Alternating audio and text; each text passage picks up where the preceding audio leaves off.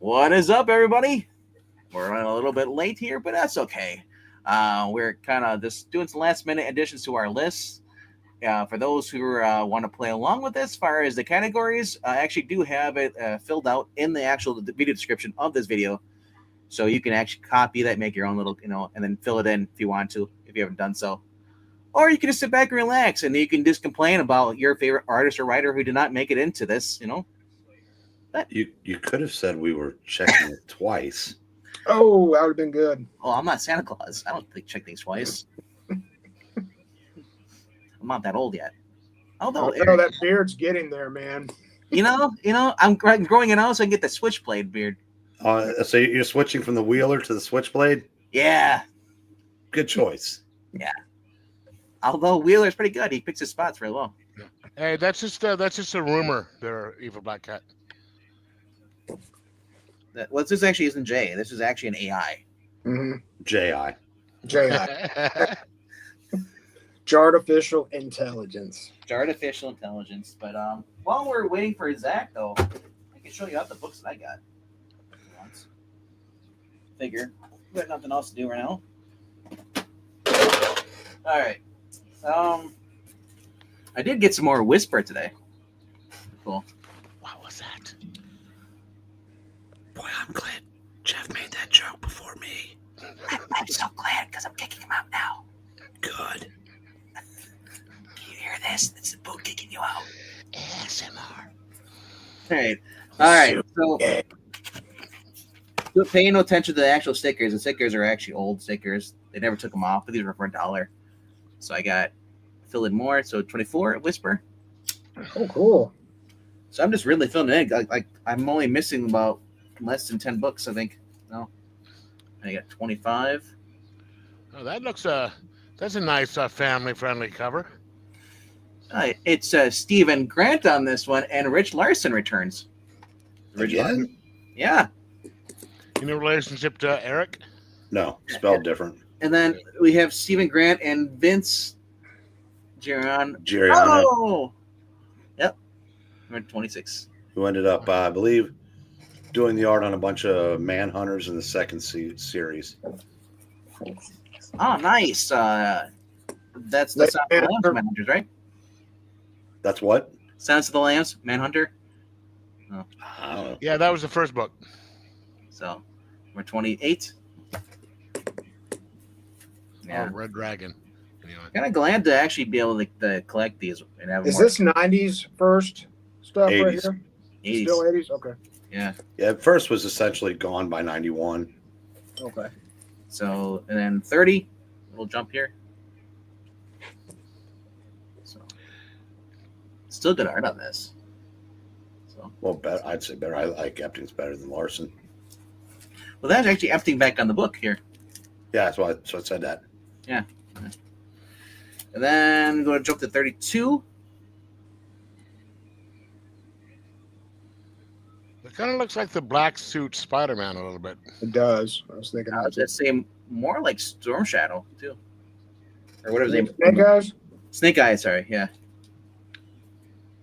And then number 34, which came out in March of 1990. There you go. So that's that of those. Yeah. That looks like a cool series. I want to check that one out too. Check. This is like the 80s came first, Jay. Then the 90s. What do you say? And then the dinosaurs came, and they all got big and fat and died. And then Prince Charles started wearing all Lady Di's clothes. So he was saying Airplane. he's making funny of the 80s came first, and then the 90s. That guy was probably one of the best parts about that movie. He was so funny.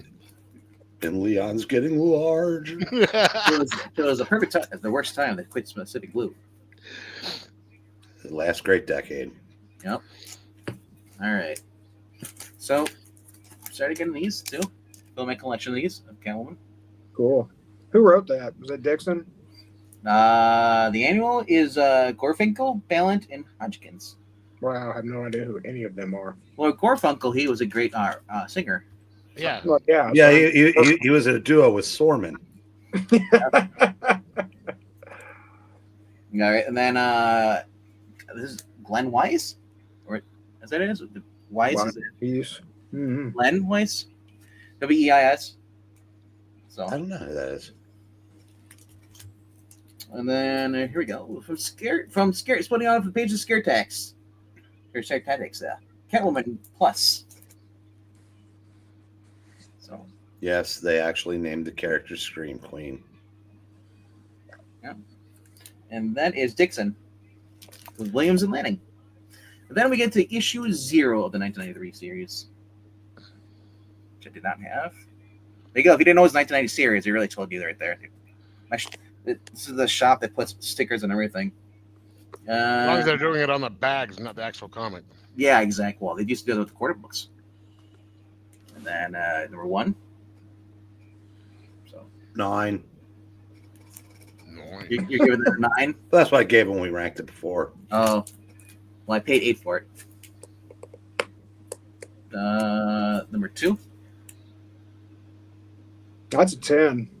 That's a kind of a Power Girl there boob window she had going there. That's a 10. Oh, that's a 10. Is this your first time seeing this volume? My first time? No, not you. Oh, The guy who's making the boob window joke. Yes.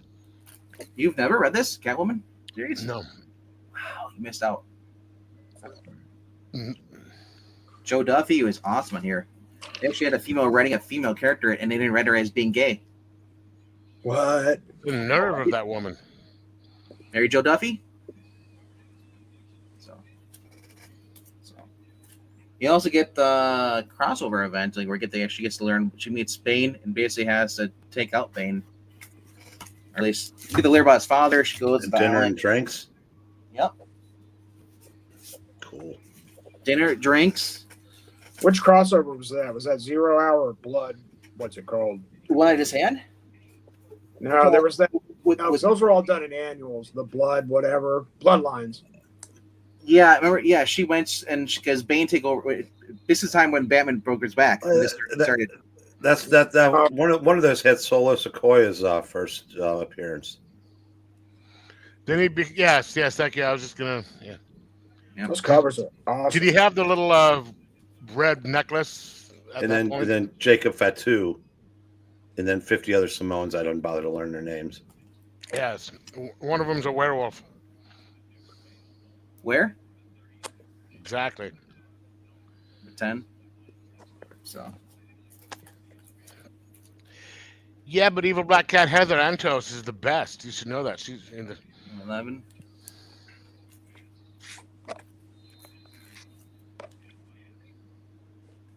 You know what else there wasn't back then? There was no Evil Black Cat. So how can he say what was back then? Oh, there's a game on today, isn't there? Kinda. There's a game every day. No, is that NFL or was that No, NFL's. related? They don't have a Thursday or a Monday game the last week of the season. Oh, so that's the one delayed from yesterday. Do you know what that's a tribute to? They already played that one. That cover just there? No, the one on the car. Oh, the where the girl falls onto the You've seen the picture, I assume, where she 86. She jumps to the 86th floor and just. in the Empire State Building. Yeah. Chrysler, or one of the two. Yeah, and it's the most beautiful dead woman or death. Something like that. Yeah. So.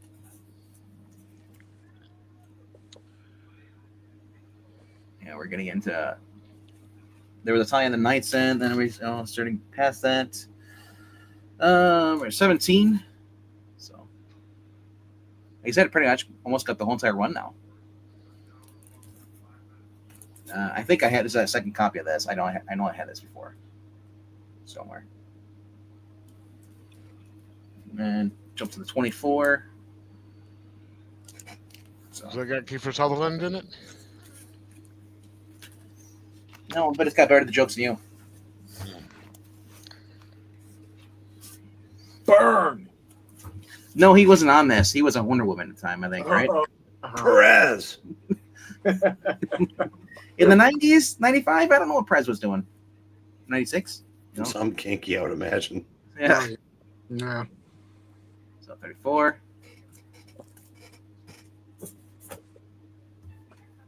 Uh, 35. So a lot of fun stuff. A lot of skulls. 250. Good Yep. deal. I go like some of them are like $5. I'm like, this one's $250. I'll take the $250 one. Yeah. I don't care about spine takes and stuff. It's like I'm not planning on selling these. I don't think even in mint or very fine it would make much difference anyway. Those are awesome just to have. Like I'm not sure who it's. Okay, it is Belent doing the covers. Sometimes like he does interior artists, but I notice sometimes they have other people doing the covers. Like, but yeah, no one draws Catwoman like Jim. That's why I was kind of like disappointed when we went to the third volume with his Brubaker, and the art went like. So 38. And a little bit of a jump. I don't have any of the other ones. I think they're upstairs somewhere. Number 50. Hey, there he is. There's JD Vance. Number 50.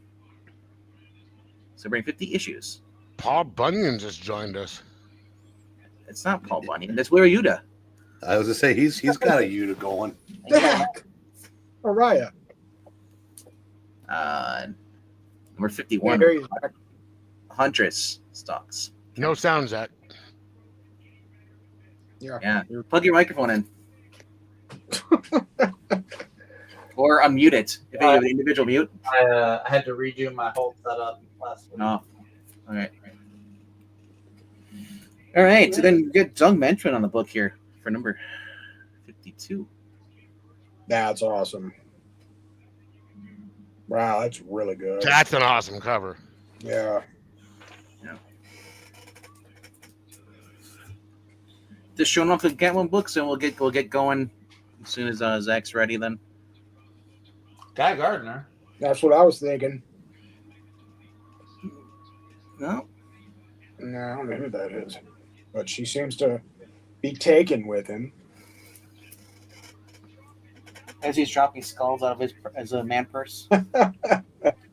Well, I think one of these I noticed towards the end of this, Devin Grayson. Yeah, Devin Grayson took over writing it, like in this one, 54. Devin Grayson, or at least she was back then. She like I for as much as she loves Dick Grayson's butt, I expected like Dick Grayson to pop up in these books. 5. didn't Mark Waid like do a number on her emotionally? I don't know. I don't follow his career that much. At least back then. 6. Well, I heard they dated. I think Brain's only. Oh yeah. I can't remember how that ended, but yeah, they did date for a while. Probably not well. I think that's how she got her break. Oh. Boy, Mark Waid? Ugh. Yeah. Yeah, that's she must have really wanted to be in comics. What some people will do to advance their career. Look at that. Well, Poison that's a Ivy. nice cover. What's sad is that she's like she's good. She could have gotten it on her own. Yeah, she was good for a bit. I love Detectus Imperative. That's like one of my favorites. Didn't she start going a little bit like lefty? Or was she too conservative for him? That's why they broke up. Hey, look. Mark was very political back then. He was, I don't know. I miss when Scarecrow looked like that. Yeah. Like Catwoman. You know, like Catwoman. We know what you meant. Yeah. 59.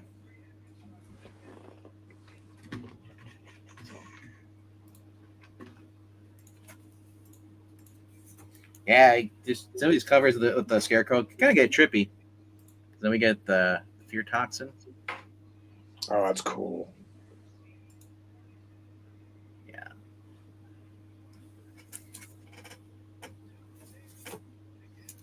I always like this. Whenever she puts a freaking trench coat over her costume for whatever reason, she's trying to blend in.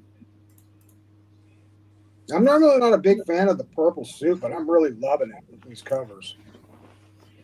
To me, the purple suit was probably the peak for me for her because Jim Balint drew her actually looking peak. And then, yeah, they decided, you know what? She can't hit boobs anymore. Well, she still had boobs in the black leather. Yeah, but they weren't as big though.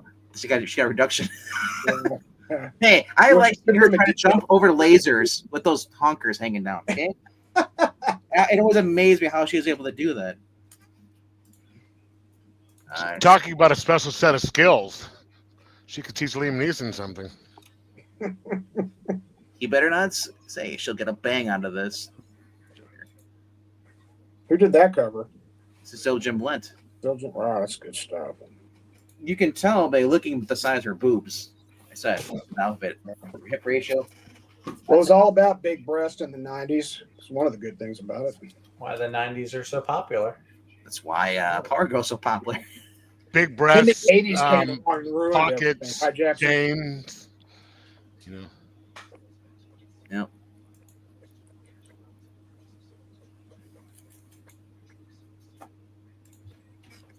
See, the difference between this and Tarot is that Tarot's got good art just like this, but it doesn't have good writing like what the Catwoman series had. So, the Trickster. I had to look twice. I'm like, I had no idea who it was until I saw the pants. Hey Jay, you know how you can tell it's the last week of the season? How's that? The Chiefs are 11-point underdogs. Because they're benching everybody. Who are they playing? Denver, who needs to win to get in. Our Bengals are still in the hunt, right? Have they been No. eliminated? Not if well they'll I think they win this Saturday, so they'll still be alive going into Sunday. they're playing. You think they'll be playing? Are they playing the Steelers?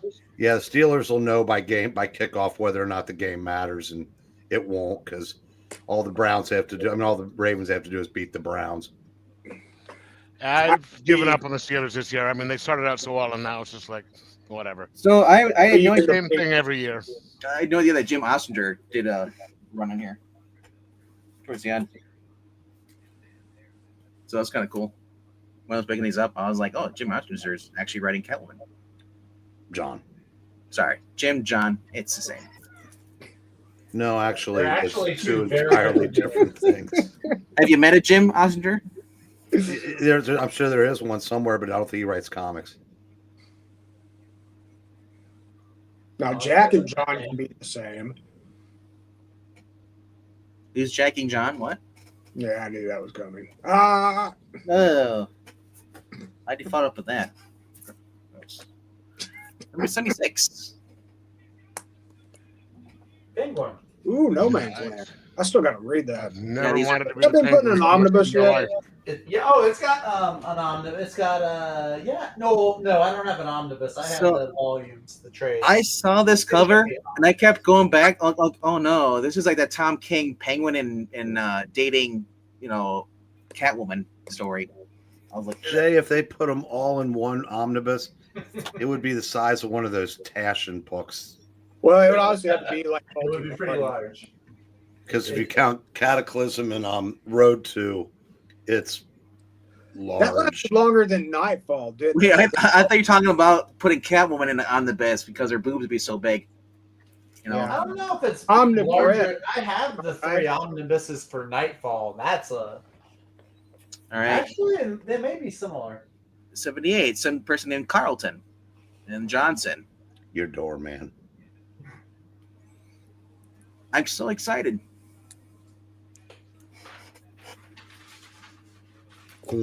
That song's old. They're real hip now. Oh, did I trigger you with that? No, but that triggered the WWE stands. Of course. How dare they use licensed music? And then they got the people saying like, "Oh my gosh, Edge needs retired. He's stealing all the Jarrett's going for the title. Yeah, they're hip. Durr. I don't think Jarrett will ever get the title. He won't. No. Oh, look, there's a Harley Quinn in there. Hey! Yeah. Speaking of That's a Harley Quinn you don't mind opening up the book to read. He's not wrong. And then final issue that I have. It is Ketlin, 88. Back in action. I'm not sure who the cover artist is. Staz and Voucher. Staz Johnson. Yep. So kind of cool. Yep. So that's my addition for today for all my stuff I got today. Nice. Nice. I also picked up some what was the 2 comic books that came out today? I got Flash Gordon. Well, last night you saw I had the Batman, the Number werewolf. 5. Yeah, that might have come out weeks ago where you are. My shop never got number 5. Oh, I'm still waiting Ours for it. finally got it this No, week. it was supposed to come out weeks ago. I've been waiting. Yeah, Our League of Comic DC Geek says it was supposed to come out like December 18th. Yeah, I still haven't got it. yeah. Yeah. Our DC didn't come in today. I only, well, they're closed. They didn't come in yesterday, but I only got 4 books this week. So Man, if I Alaska got gets 4 that books, before us, that's ridiculous. No offense, Jeff, but no, but just the last month and a half. On Wednesdays, we've been getting DCs. Everything else was like Thursday or Friday. This week, it was Wednesday. We got everything else. And then DC's coming in next week. wow. So we just got our comic shop. I think is just a bunch of idiots. But Well, actually, no. So I have 2 shops, like 10 minutes away from each other. One gets their books, on time. Some of the time, most of the time. The other one is kind of like what you just said. Their books don't show up until about a week later or a couple days later. With the holidays, it's weird. Like you guys are in the same area, but somehow like one gets a better stock. yeah, and they try and blame the post office. And I'm like, yeah, no. Well, actually, no. It's Diamond right now. Diamond right Yeah. now is just throwing anything out on the pallet, moving it out of the warehouse because it got kicked out. Yeah. My shop, they had 2 bad diamond shipments in the last 2 months, I think. Jeez, I'm Yeah, so wow. sorry. I thought Yeah. All righty, kids. You want me to show my stuff real quick? I only got like four books, or I can wait, also or have I'm not doing it at all. books. Yeah. Or we can just. Oh, never mind. That's it. Action 365. Got it for $6.50. Half All right. off. This book was free. No, I'm just kidding. Oh my gosh! So you remember when they had the free comic book day for the Chip Zdarsky Batman taking over? My shop has 2 long boxes full of those. Oh, seriously? Yeah, they're all marked down to quarter. I think my shop still has a bunch of free comic book day. Which one had Ultimate Spider-Man in it? I laughed. I said like, why don't you just like burn these? They're not worth the quarter. No one's gonna buy these. You know. You're not wrong. They're not wrong. I'll look through them for that. I mean, because I was like, holy shit, you got a quarter bin? I started going through. I'm like, that's how I found the Tailspin. It was just kind of mixed in there, and I'm like, what's in the other boxes? Batman. What's in the box? I kept walking down the aisle. I was like, I hate that I know that because of you guys. no, what? What'd you say? What's in the box? That might be an E thing. It might be an England thing. What? you never saw the movie? No, 7? I don't think so. Oof, yeah. No. 7, where he's hunting on a serial killer that's basically committed the 7 deadly sins, and the last one is like obviously is murder, I believe. Gluttony was the most disturbing, though. Yeah.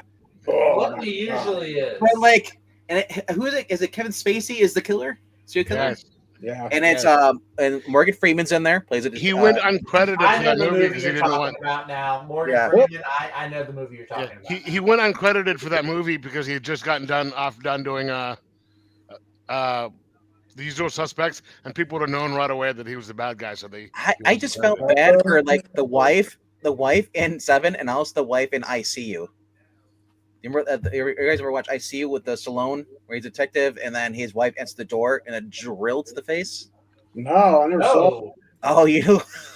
Whoa. So they're sort of going. Those are the movie versions of Yeah. Fridging. So he ends up going, Stallone, going into a retreat, basically where they can like a group therapy thing, and somebody starts killing people on there and there too. So it was actually pretty good. Some people didn't like it, but I thought it was pretty cool. I'm a big Stallone fan too, so I'm a little biased maybe. But yeah, it was kind Not of for messed my up. mom will shoot. Was that your favorite one? Dude, I love that. So, Vangman, did you ever read the Mike Grell Green Arrow? I own it, and I'm reading through it. Because I'm in the 40s right now, and they just did a storyline where they're filming Jimbo 4 or something like that. And let's say Girl doesn't make Stallone look very good in it, but No, but it's comedic for the purpose of the book. But at the time, yeah, when it was being written. So, I mean, to be fair, in Tango and Cash, I don't like seeing Stone dressed up in a suit and stuff. Prince and like Popper. That's not the Stallone I like. That was a good movie, though. I like that movie though. I know I like it though, but I mean, like, yeah, I like Stallone from I believe it was Assassins. Yeah, that was a good one. That was okay. But we do need more Stallone, Kurt Russell team up movies. I'm surprised that didn't happen after Tango and Cash. Well, I'm surprised Kurt Russell didn't show up in any of the Expendables. Expendables, right? Yeah. Yeah. Oh, Kurt Russell would have been cool. in The Expendables. Yeah, honestly, he wants to come back. Did y'all ever see the Disney movie Sky High? Yeah, He wants to make a mini series for that with Fox or Hulu. He's probably got one of the coolest 80s action adventure characters ever. Snake. Big Trouble in Little China. no, he's No. about the Escape from New York. Nick Plissken. Uh, yeah, it's possible that they could have been filming Fast and Furious while they were doing Expendables. Sure, So I know he was. that's possible. he should do another Santa Claus. Oh, Christmas Chronicles. Yeah. those are good movies. I like. He those. doesn't do much action. He lets the kids do all the work. He just gets paid. But anyway, though, people are here to see what we think are the best comic books of the week. You sure? They're I know Jay's here to see this. Oh yeah, that's right. Jay's here to see the Amalgam Omnibus. Oh, don't get me started on that. I had so much trouble with organic price books. I wasn't even looking for this. It was just at my LCS, and I said, you know what? I've got Christmas cash. I don't know what to do yet. It's all gone now. I will talk about organic price books so much because of what they did for me. Sorry about that. Don't get me started. But it's really cool. It has like all the different trading cards in the back. It's got pages where they drew up alternate endings to several of the fights in case votes went the wrong way.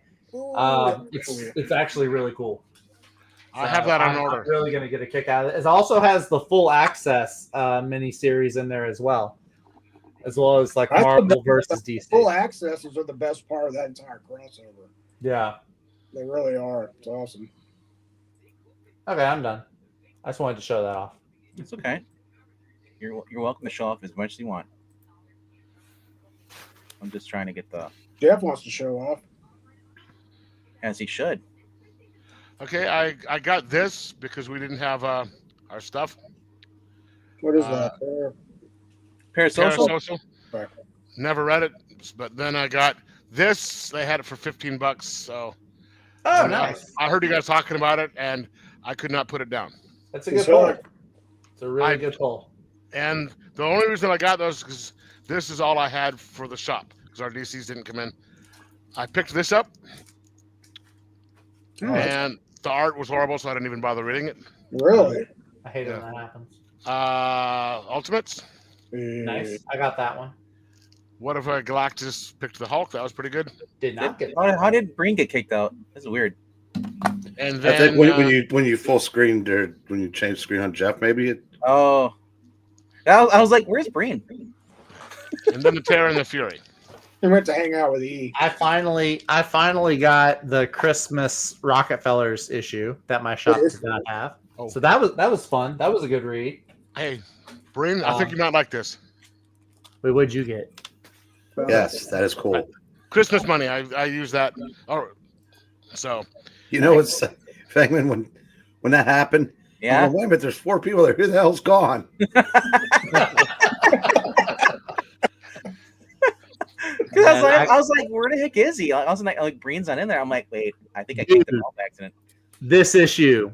Jim, was it you talking about Absolute Superman? Yeah, I didn't want to give anything away because you hadn't read it yet. This is getting better and better. I'm telling you, man, I'm loving their version of Krypton. It's making the origin exciting. It's very cool. I'm digging it. And then, of course, my favorite issue of the week was the new JSA. This is issue. I had to go with this cover. Oh, nice. Yeah. Well, that's cool. Yeah, we didn't get our DCs. So I thought about picking up. I saw Ben Percy has a new Deadpool and Wolverine series. I picked that up too. I Did haven't you read pick it yet. up? Yeah, I haven't read it yet, but I got it. Okay. If it's an ongoing series, I might pick it up. If it's just another mini series, I'll wait for the trade. That's a good question. I would assume it's a mini. I didn't see anything on League of Comic Geeks that said one way or the other, so I'm just gonna wait and see. Alrighty then. All right then. I guess we'll just go left to right and go. Circle. Go up. Okay. What is the first category? Oh, governor of ceremonies. Oh. Is there no music? Is there no we need fanfare? we need the guy playing the horn. Da, da, da, da, da, da, da, Nice. da. I do like that cover. It's a cool Starring Puppeteen. Da, da, da, da, da. All right. That's He's how cover. not It hasn't here. been seen in months. All right. So the first category for tonight is best ongoing comic. Yep. As I said before, you can have as many nominations if you want to. Just don't go overboard. Don't be like, this is 20, the top 20 of the best ongoing comic. Oh my god, that'd be wild. No, thank you. Yeah, and I did notice a couple of the ones that you had on your list for ongoing were actually limited series. So I adjusted accordingly. Sure, exactly. All the Miller books are limited series. Yeah, I moved those out of my ongoings. So, alrighty. So for me, I have a top 5 just for this category itself. My top 5 for me are for best ongoing is Daniel Warren Johnson, Transformers, is number 5. Number 4 is Green Lantern by Jeremy Adams. 3 is Dick Tracy by Michael Morecki. Number 2 is Redcoat by Jeff Johns. And number 1 being Ultimate Spider-Man by Jonathan Hickman. Good list. Okay, Could now have bet money on that. Evil Like Cat, did you fill out your categories? If you, like you said, you can have as many or as little. So if it doesn't need to be 5, then I can. It doesn't have to be 5. It says as long as you have an anonymity or for. I only have- did 3 Evil Black Cat. I only have 3 in most Yeah. of his them. thing said 3, so I only did 3 as well. Yeah, I thought it was 5. So I did 5 just like me and my pa. So Yeah. so. Like I said, as long as you have something for each You and your category. Paul cheat. That's all. What's it? You cheat. You and Green cheat. Well, I like to think of it as I got one comic son I can be Well- proud of. Well, there's an old saying: if you ain't cheating, you ain't trying hard The, enough. the other one looks like he needs Dollar Shave Club for men. Mm. The girlfriend likes it, so it's not getting shaved. Amish Zach. I was kind How of much expecting that? to So bring. many jokes I can make there. Right JD. there, Yeah, and you're not going to make AD, any right? of them, Jeff. Yes, Jeff, you've been outvoted as far as jokes. I know. I said that I wasn't going to do it. You won't. You'll like it. Well, we better speed it up. Jackson may not have till 2026. Green may not have till 2020. All right, so I just did my top 5 for the best ongoing comic book. Zach, what do you have for Oh, best okay. We're going. Okay, sure. So I have my top 3, and then I have a 4th runner-up in most of the categories. Number 1 for best ongoing comic of 2024 All right, do them in is. reverse order so it builds Yeah. suspense. Good Yeah, idea. Good don't idea. be, like Okay. don't be like the new idiots on like the list where they do the first one and they cut up the 10. Yeah, okay. I wrote it top to bottom, but I'll go. Okay. So my runner-up is JSA from Jeff Lemire and Diego Olortegay. That's your number 4, or That's my number 4. That's my runner-up. Into the top 3. Oh lordy, yay! Olortegay. I'm pretty sure that's how you pronounce his last name. I've been looking at it for the Well, it's last 10 DC. minutes. Was it? Oh Lord, he's gay. Oh no, that's Olortegay, or it might be Olortegay. I'm not sure. Jackson, But- if they keep interrupting, we might be 2026 where we get started. It might be. All right. Number 3 is Green Lantern from Jeremy Adams, and I believe what's the artist's name? Fernando Passarin, I think, or he might have been on the Flash. But it's the Jeremy Adams Germanico. Green Lantern. My El number two is Ultimate Spider-Man from Jonathan Hickman and Chichetto. And my number 1 comic book ongoing of 2024 was Superman by Joshua Williamson and Jamal Campbell. Ah, Nice. interesting. So yeah, those are my ongoing. Your number one was Superman. Yeah. Panel, how do we vote? How many votes? There was It's- not a single bad issue of Superman that Josh Williamson wrote. It's Zach. I was so afraid it was going to be Ultimates or something like Right. that. North Fantasy 4. I actually went back in League of Comic Geeks. I went back to January of 24 and looked all the way through I didn't just go, I'm not going off memory. I actually went back. And, That's what I did. and Superman came out having issue per issue the most fun banger issues. Ultimate Spider-Man is great, but it had one or two issues. Banger. It had one or two issues that were just kind of like it was all exposition. Superman was just Banger like after Transformers. Banger after banger. Banger. We will So- allow that. okay. I barely even know her. No examples to show. I don't know how I would show an example, Jackson. Like, do you want me to go dig through my short box? Jackson, and we find are- an issue? Jackson, you can just look up the comic book yourself. Go to League Comic Geeks right now. I mean, he could do the overlays. I Jackson, suppose, just but- pretend it's So here's Roger the and Rayman or whatever. If I did overlays, Can't I'd do have everything to. for you. So the only way I'd be able to do overlays is if you guys gave me your list beforehand, and I filled it out that way. See, yeah, And that I don't didn't want happen. that. That did not happen because I just came up with my list 10 minutes ago. So And then he never asked us to. So there's that. Wake up, Jackson. Wake Ah. up, you little black cat! You're breathing on the mic again. All right. His On to Jay. respirator. Okay, well, let's go over some of my favorites this year, leading up to my number one, but these are not tied or anything. Redcoat is awesome. One of my favorite ongoings. Rook blew me away. I love Rook. Geiger's been awesome. Dick Tracy, thanks to Breen for talking me into picking that up. That's been enjoyable. Flash Gordon's been awesome, but my number one best ongoing for the entire year, for the second year in a row, Skybound Transformers by Daniel Warren Johnson. And God, I can't think of the new artist's name. My bad. But yeah, Jorge Corona. Jorge Corona is the new Oh, one. We actually, Howard Corona, yeah. he's a new artist on there, but we learned that he actually did the Teen Titan Ghost 2013. Really? He was a main artist on there. Nice. But yeah, it's just been I consistently like that. for almost 2 years now, just bam, bam, bam, awesome, or over a year now. Yeah. So yeah, Transformers again. Nice. Alrighty then, Geek Easy. Let's go to your best ongoing. okay. This is kind of in order. Lantern number 3. Number 2 would be Ultimate Spider-Man. And if I can sort of cheat, you can veto this one if you want, would just be the entire Ghost Machine universe. But if I have to pick a single one out of there, Yeah, you have to pick a single one, bro. You can't just do a overlay. Hyde Street. Hyde Street.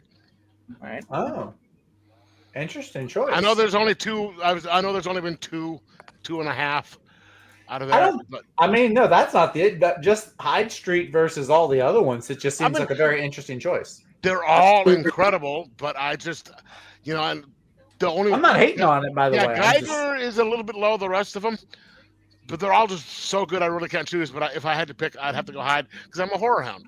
So okay, okay. Respect. Sorry, hey, are you sending him the link, Pinkman? Yeah, I did. I hope Okay. he's got books. Eric Breen. Let's go with your, Breen. You're gonna Countdown. skip the cat? Oh wait, oh no, I see how you're doing. You're doing clockwise. Okay.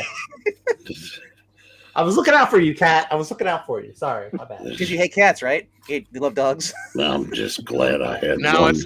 it's not the cats that he doesn't like. It's the Listen. evil. Listen, my parents are putting down a cat this weekend, so I'm a So little. you're celebrating, you bastard. No, I'm not celebrating. I'm feeling sentimental towards cats. Is all. Wow. Just look to the left of me. Why? Okay. Yeah, why not put Green down instead? He sucks. I did earlier. I did a joke. You didn't catch it in time. I said Bree might not be around by the time we get to 2026. You're going to miss me when I croak off. I will. All right. I won't have a co-host for top 5 That's right. because Zach don't show up anymore. Okay, what do we? Okay, best ongoing series. Number 5, Series. Richard Tracy. Yeah, way better than I expected it to be, and It is. It's number like on that same take. number 4, Redcoat. Nice. Number 3, Flash Gordon. And number 2, this Ah. 1 and 2 were a damn near a coin flip, but number 2, Space Ghost. Number 1, Ultimate Spider-Man. Yeah, like I said, I went into Space Ghost with no expectations, Yeah. and for it to be as, like I said, no offense to David Pepos, but he's, everything I've heard or read from him has been, average. This must have been his. Yeah, he must have gone back and watched every cartoon and just fallen in love with it because he treats it with absolute reverence. And I mean, the original stuff, not the not the talk show version, and so that's barely edged out by Ultimate Spider-Man. Alrighty then. All right, before that, to welcome our newest guest on the panel, I must say, my And also, you have your list filled out for tonight. I do not have a list. I've That's- spent all this time sleeping. So no. Oh, that sounds nice. I'm kind of jealous. I wish it was, but waking up, coughing, and hacking up a lung, not a lot of fun. But I do not sound Who jealous. hasn't done that? I take that back. Well, we are on our only first category. I will say this, if you don't mind. I think this is the first time I've ever seen Jay. In my head, he had long black hair. I don't know why. I have long black hair. Don't you see it? Yeah, that's it. Yeah. You both have long black hair. You You've actually- been having it for years. The thing is you sound like a guy I used to hang out with.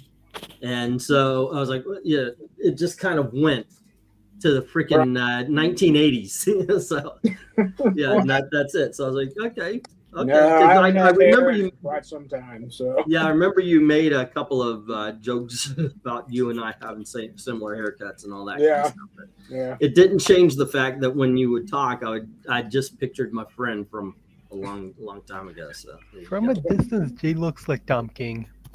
from Oh, dude. do you write better? Oh yeah. I mean, I write words. That's all you need, right? Wait. Do you write them all in a giant word bubble? Like 50 words? You're like page 1, panel 1. And Punisher has daddy issues. I send everybody into deep suicidal depression at the end of my There story. you go. Yeah. You don't have That's mommy why we issues, invite do him on you? the channel. Yeah. 2025. I just found out that if I listed off 5 best ongoing, I will be repeating Eric Brain. Dick Tracy. By the way, I'm a fool for Dick Tracy. Well, I've wait till your got. turn, though. Oh, I'm sorry. I thought that was the whole introduction thing. Go on ahead. I apologize. Evil That's Black. that. Hey, one thing Yellow Flash wasn't wrong about. I could go on anybody's live stream and end up just taking over the thing. So go on ahead. It's all you. Mr. Black Cat, do you have a rebuttal for the bald Yeah. man? He's bald and fat. Don't listen to him. Yeah, Wait, I'm wait, bald wait. and fat. Well, we don't really have a choice unless Vegman mutes his mic. That's a Doug Dodgers reference. It's like, ignore him. He's fat. All right. Mr. Cat. Okay, so mulling the top 5 over in my head because some of these the order can change if you pressure me enough. But number 5, I have Geiger. Number 4, I have. Ugh. All right, so number 4, it's just because after getting rid of Tom King, I've liked the 3 issues that I've read from Dan Waters. It is the Nightwing? better version of Nightwing. Okay. It just feels good to be able to read my favorite character again. So maybe it's the overexcitement of having a readable series after so long. Isn't that still Tom Taylor though? No, he No, came no, off Nightwing an issue or two ago. And then he Same went to with same with Titans. No. Dan Waters has 3 issues out, and I've loved the 3 issues that he did. Nice. Yeah. Nightwing Number- is Dan Waters, and right now Tom Silver one of the Detective Comics. Yeah. Number, and like I 3? said, these 3 can be interchangeable, so I'll just name the 3 off together. So any order will do. It is Redcoat, Rook, and Ultimate Spider-Man. Very So, good. That's All right, good. we're gonna go with that order though, because you read them out that way. But really, you feel that Ultimate Spider-Man is interchangeable, bastard. And we are gonna have repeats on here. That's the thing, Yeah.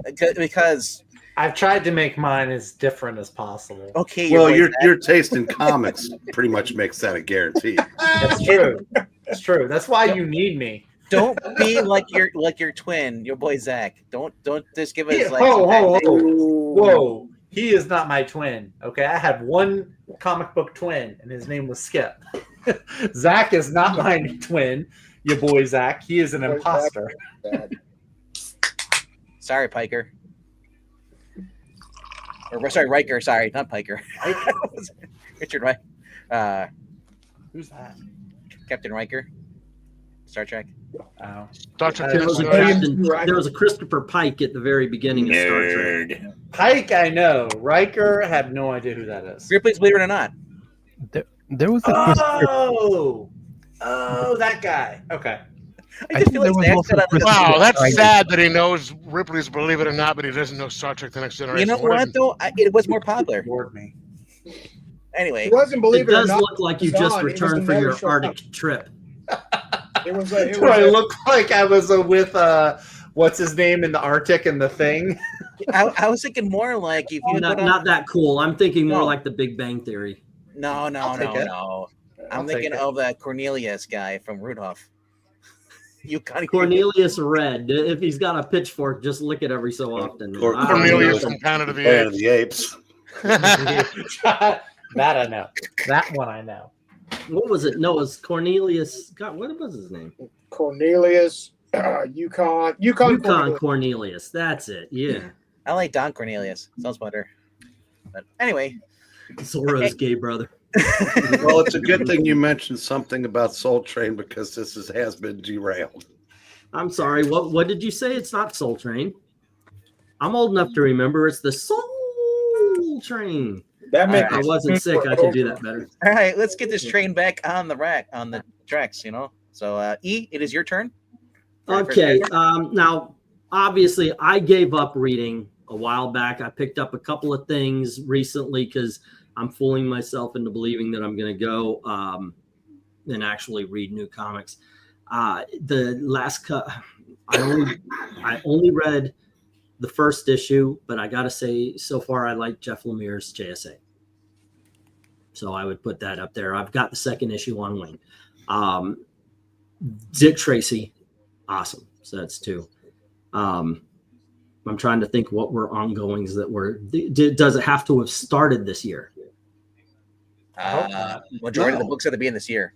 So No, it's Zach Penguin. from Superman. I've been around. yeah. Penguin is a book I've been praising. A lot of people I've heard that have read it have jumped on because of the awesome TV show. But I enjoyed Penguin from day one all the way to the end. That would is it? But I don't know if it was meant to be an ongoing, or if it's a miniseries though. Thought the Penguin little series, Yeah. Tom King. It's a 12-issue maxi. Okay, so I'll count that for the miniseries then. So 2. The Thundercats impressed me. Oh, Once again, I only read the beginning. And then I have to admit, I have not read Space Ghost. I wish I did, but Flash Gordon was a lot of fun. It was silly action, but Okay. that one is very entertaining.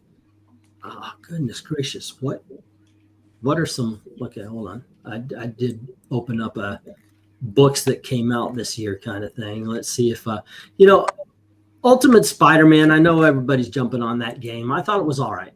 I did. I didn't think it was horrible, but I wanted to Is had there your something- mic being muted now? Oh, What? this not my favorite comic, bro.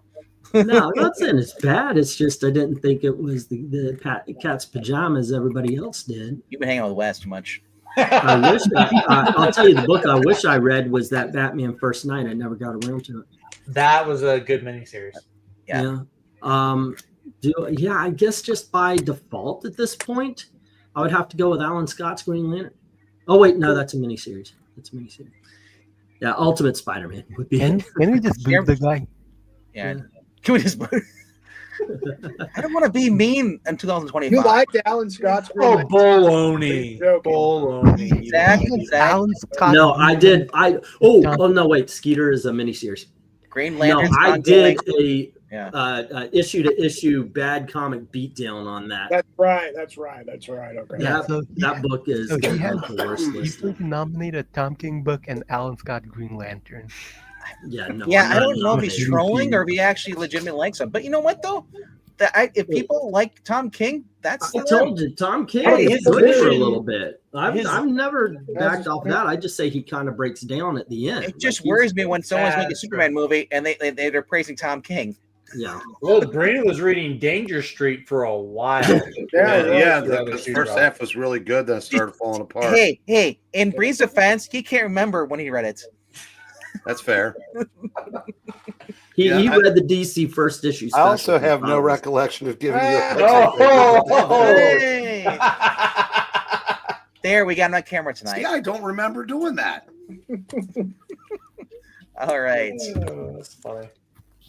I saw some of my comic shop books there. Yeah. Those, I had I'm unbagging the new books for this week came in, and I'm unbagging them because the bags they're in are just shit. All right. Next Next category, category. best miniseries. And just so I'm clear, it does not have to have started this year. It just has to come out within this year, correct? Correct. Yes. Okay. Good. Yeah. Just wanted to make sure.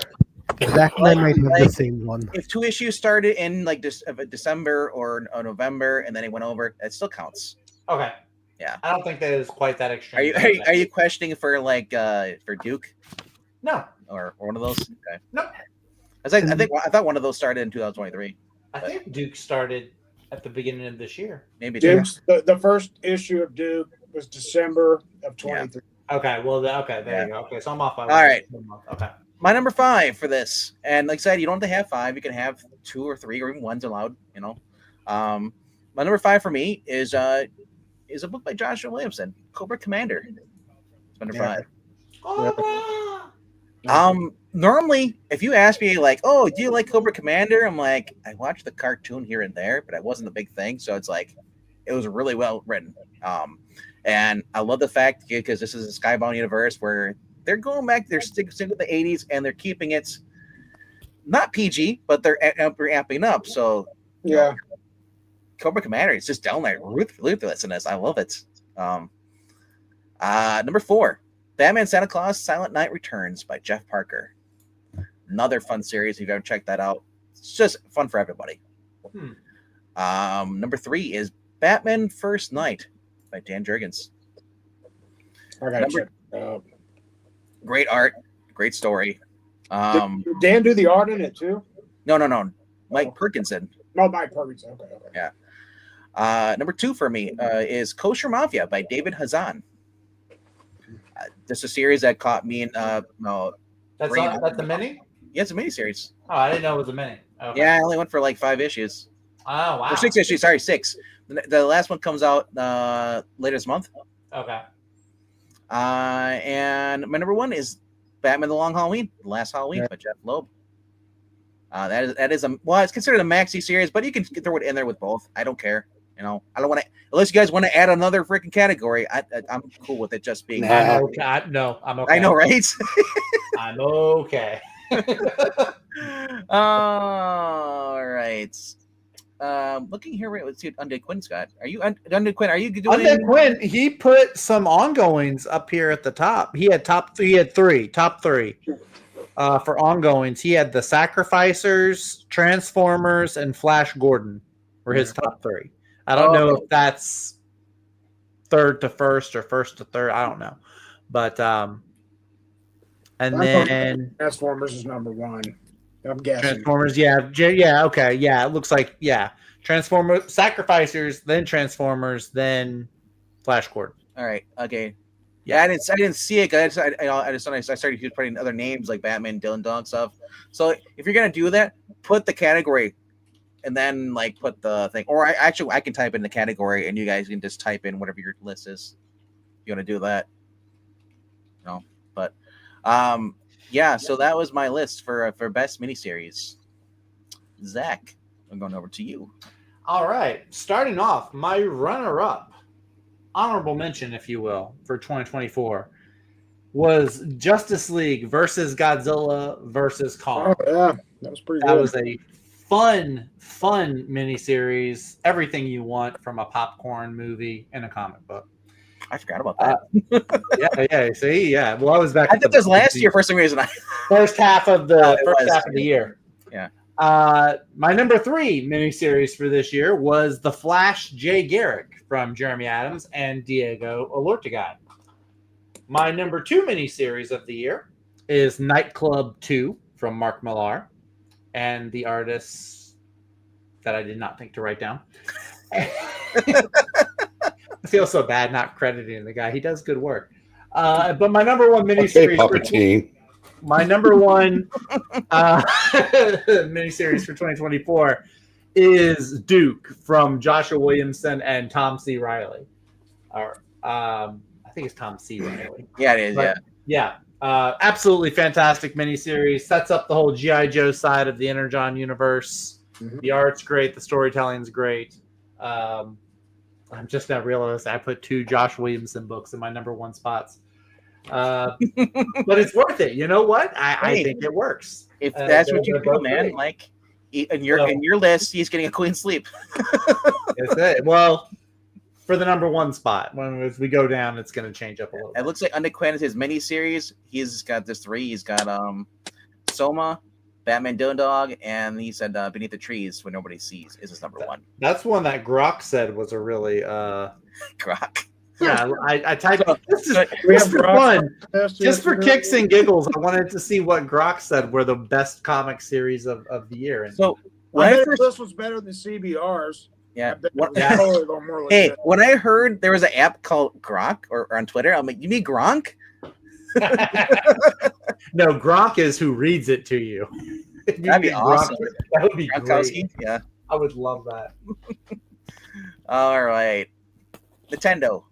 Next Well, it was down to 2 Skybound books, Cobra Commander, which was fan-freaking-tastic, but my number 1 is same as Zach, Duke. Duke was just exceptional. Cobra Commander was too, but Duke was nonstop fun. It just edged it out for me. So I'm and I, shocked. You were telling me like I should include Scarlet.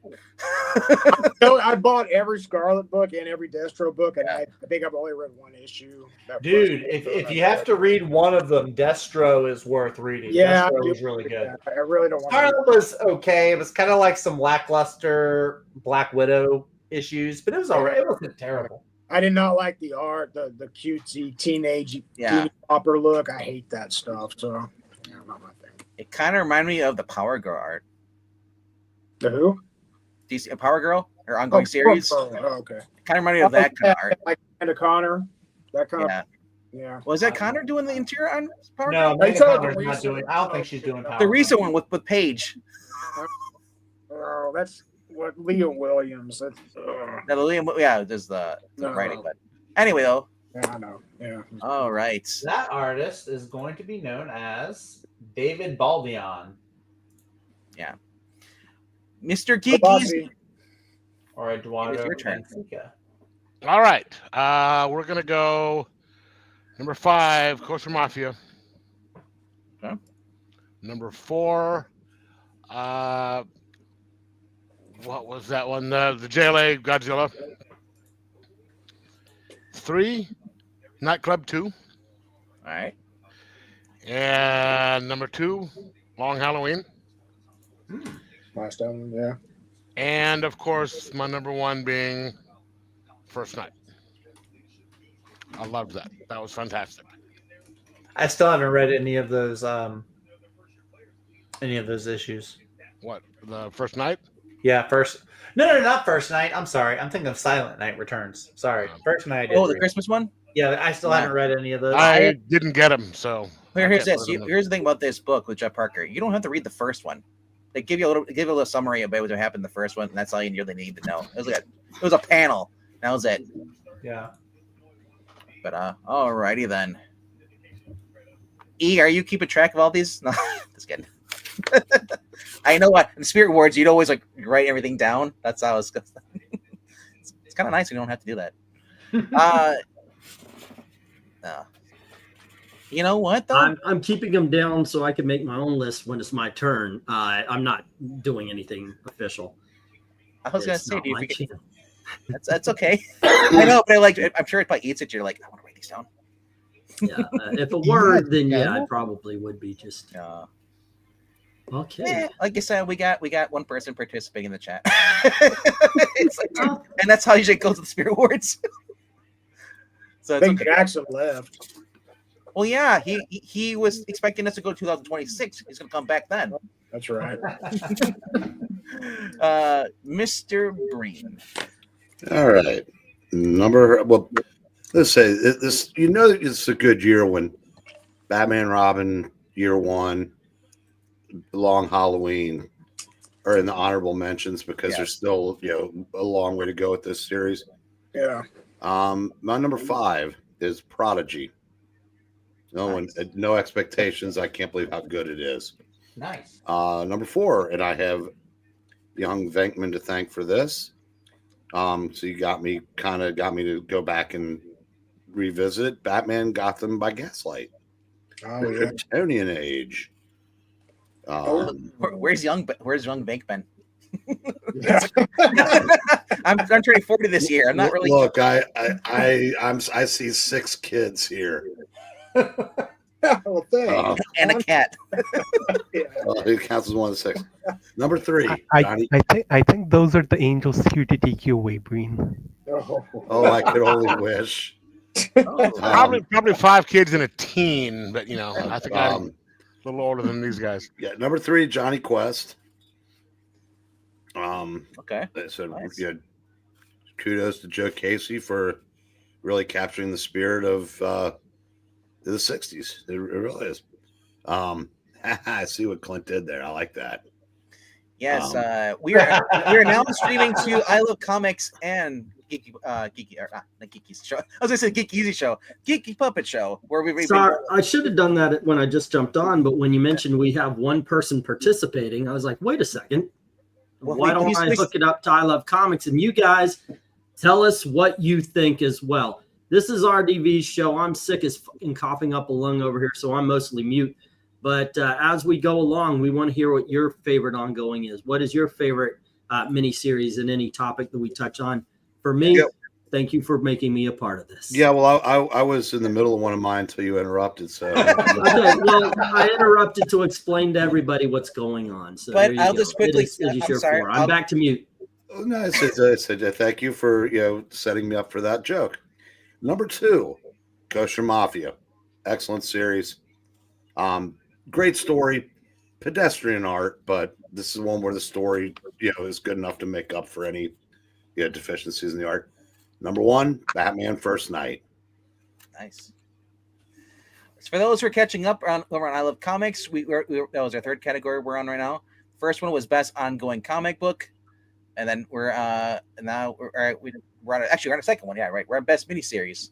I don't know why I skipped ahead, but so that's your categories right there. Put your answers in the chat, and we'll read them off after we go through the panel.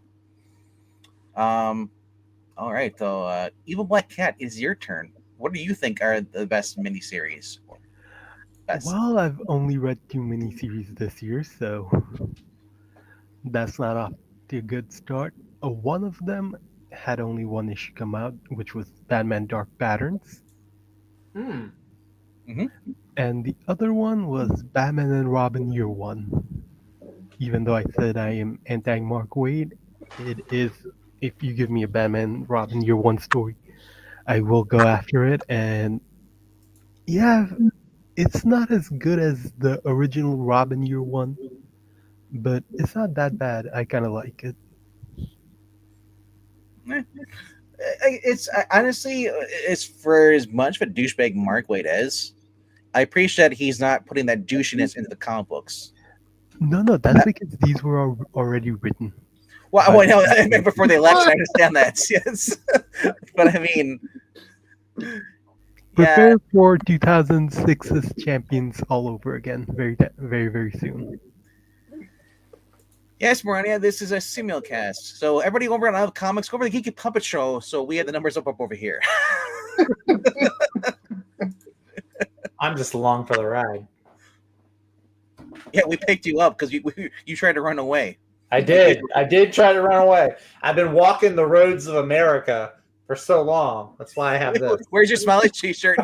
I'll tell you what. Forrest Gump. Look, I know you guys miss Zach, but he has been one of my best employees traveling from city to city. He has turned most undercarriages of bridges into. I mean, I didn't know it was possible to make the underside of a bridge into a circus. I mean, this guy is like a seal. You put a whole bunch of horns in front of him, and he is going to play Inagata da Vida, baby.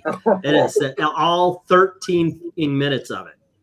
It is amazing. He even brings music. I will play with it. Well, this was He brings music and a light show. That's all I got to say. Yeah. Look at the bright side, Zach. I started walking across America, and then Black Cat said, "No, wait, we've already got an Antique Roadshow."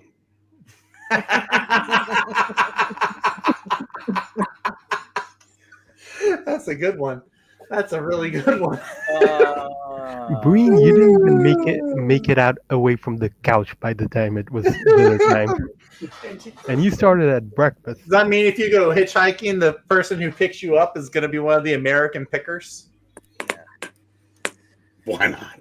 All right, so that wasn't as good as yours. I'm just trying to live up Especially to yours. since Frank died this past year. Oh God, he did die. Oh my goodness, I'm so terrible. I'm an awful person. Oh my gosh. That's okay. I was making fun of my dead mother before we went on, so nothing. Not according to the customers under the bridge. You are awesome, sir. Yeah. I got a lot of write-ins praising you. Yeah, there you go. why didn't you just Something get about Jeff vacuum Bridges? cleaner. It reminded them of their mothers. It was amazingly weird. Yeah. Okay, we need to Alrighty. move this horse and buggy along. Before Zach gets buried so longer, he starts dressing with that I cat miss my horse and buggy. What about your T-Rex? Oh. All right, okay. Couldn't afford to feed him. E, do you have your best miniseries? Yeah, I almost want to make this a best comics I haven't read based on you guys' selection. Because I gathered a whole bunch of books. I wanted to read Johnny Quest. There's a whole shit ton of these books I wanted to read, but there were enough as I was listening and I was looking up miniseries. Beneath the Trees Where Nobody Sees. I've praised that a lot. JLA Kong, I know you guys started saying it is going downhill. I enjoyed all of it.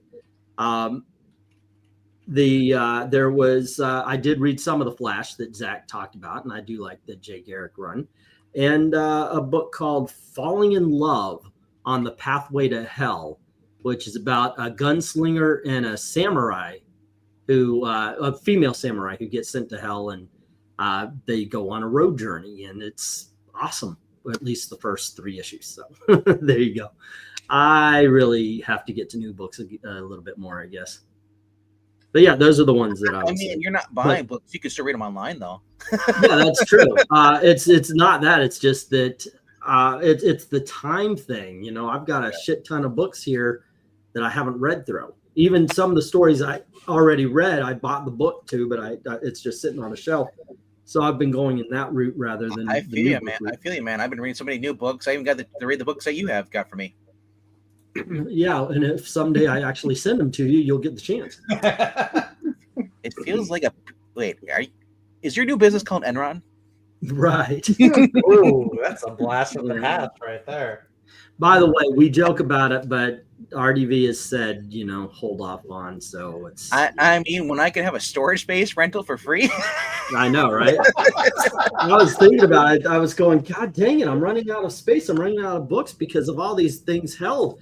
And then I put it all together, and RDV is a freaking long box and a half. I'm like, well, okay.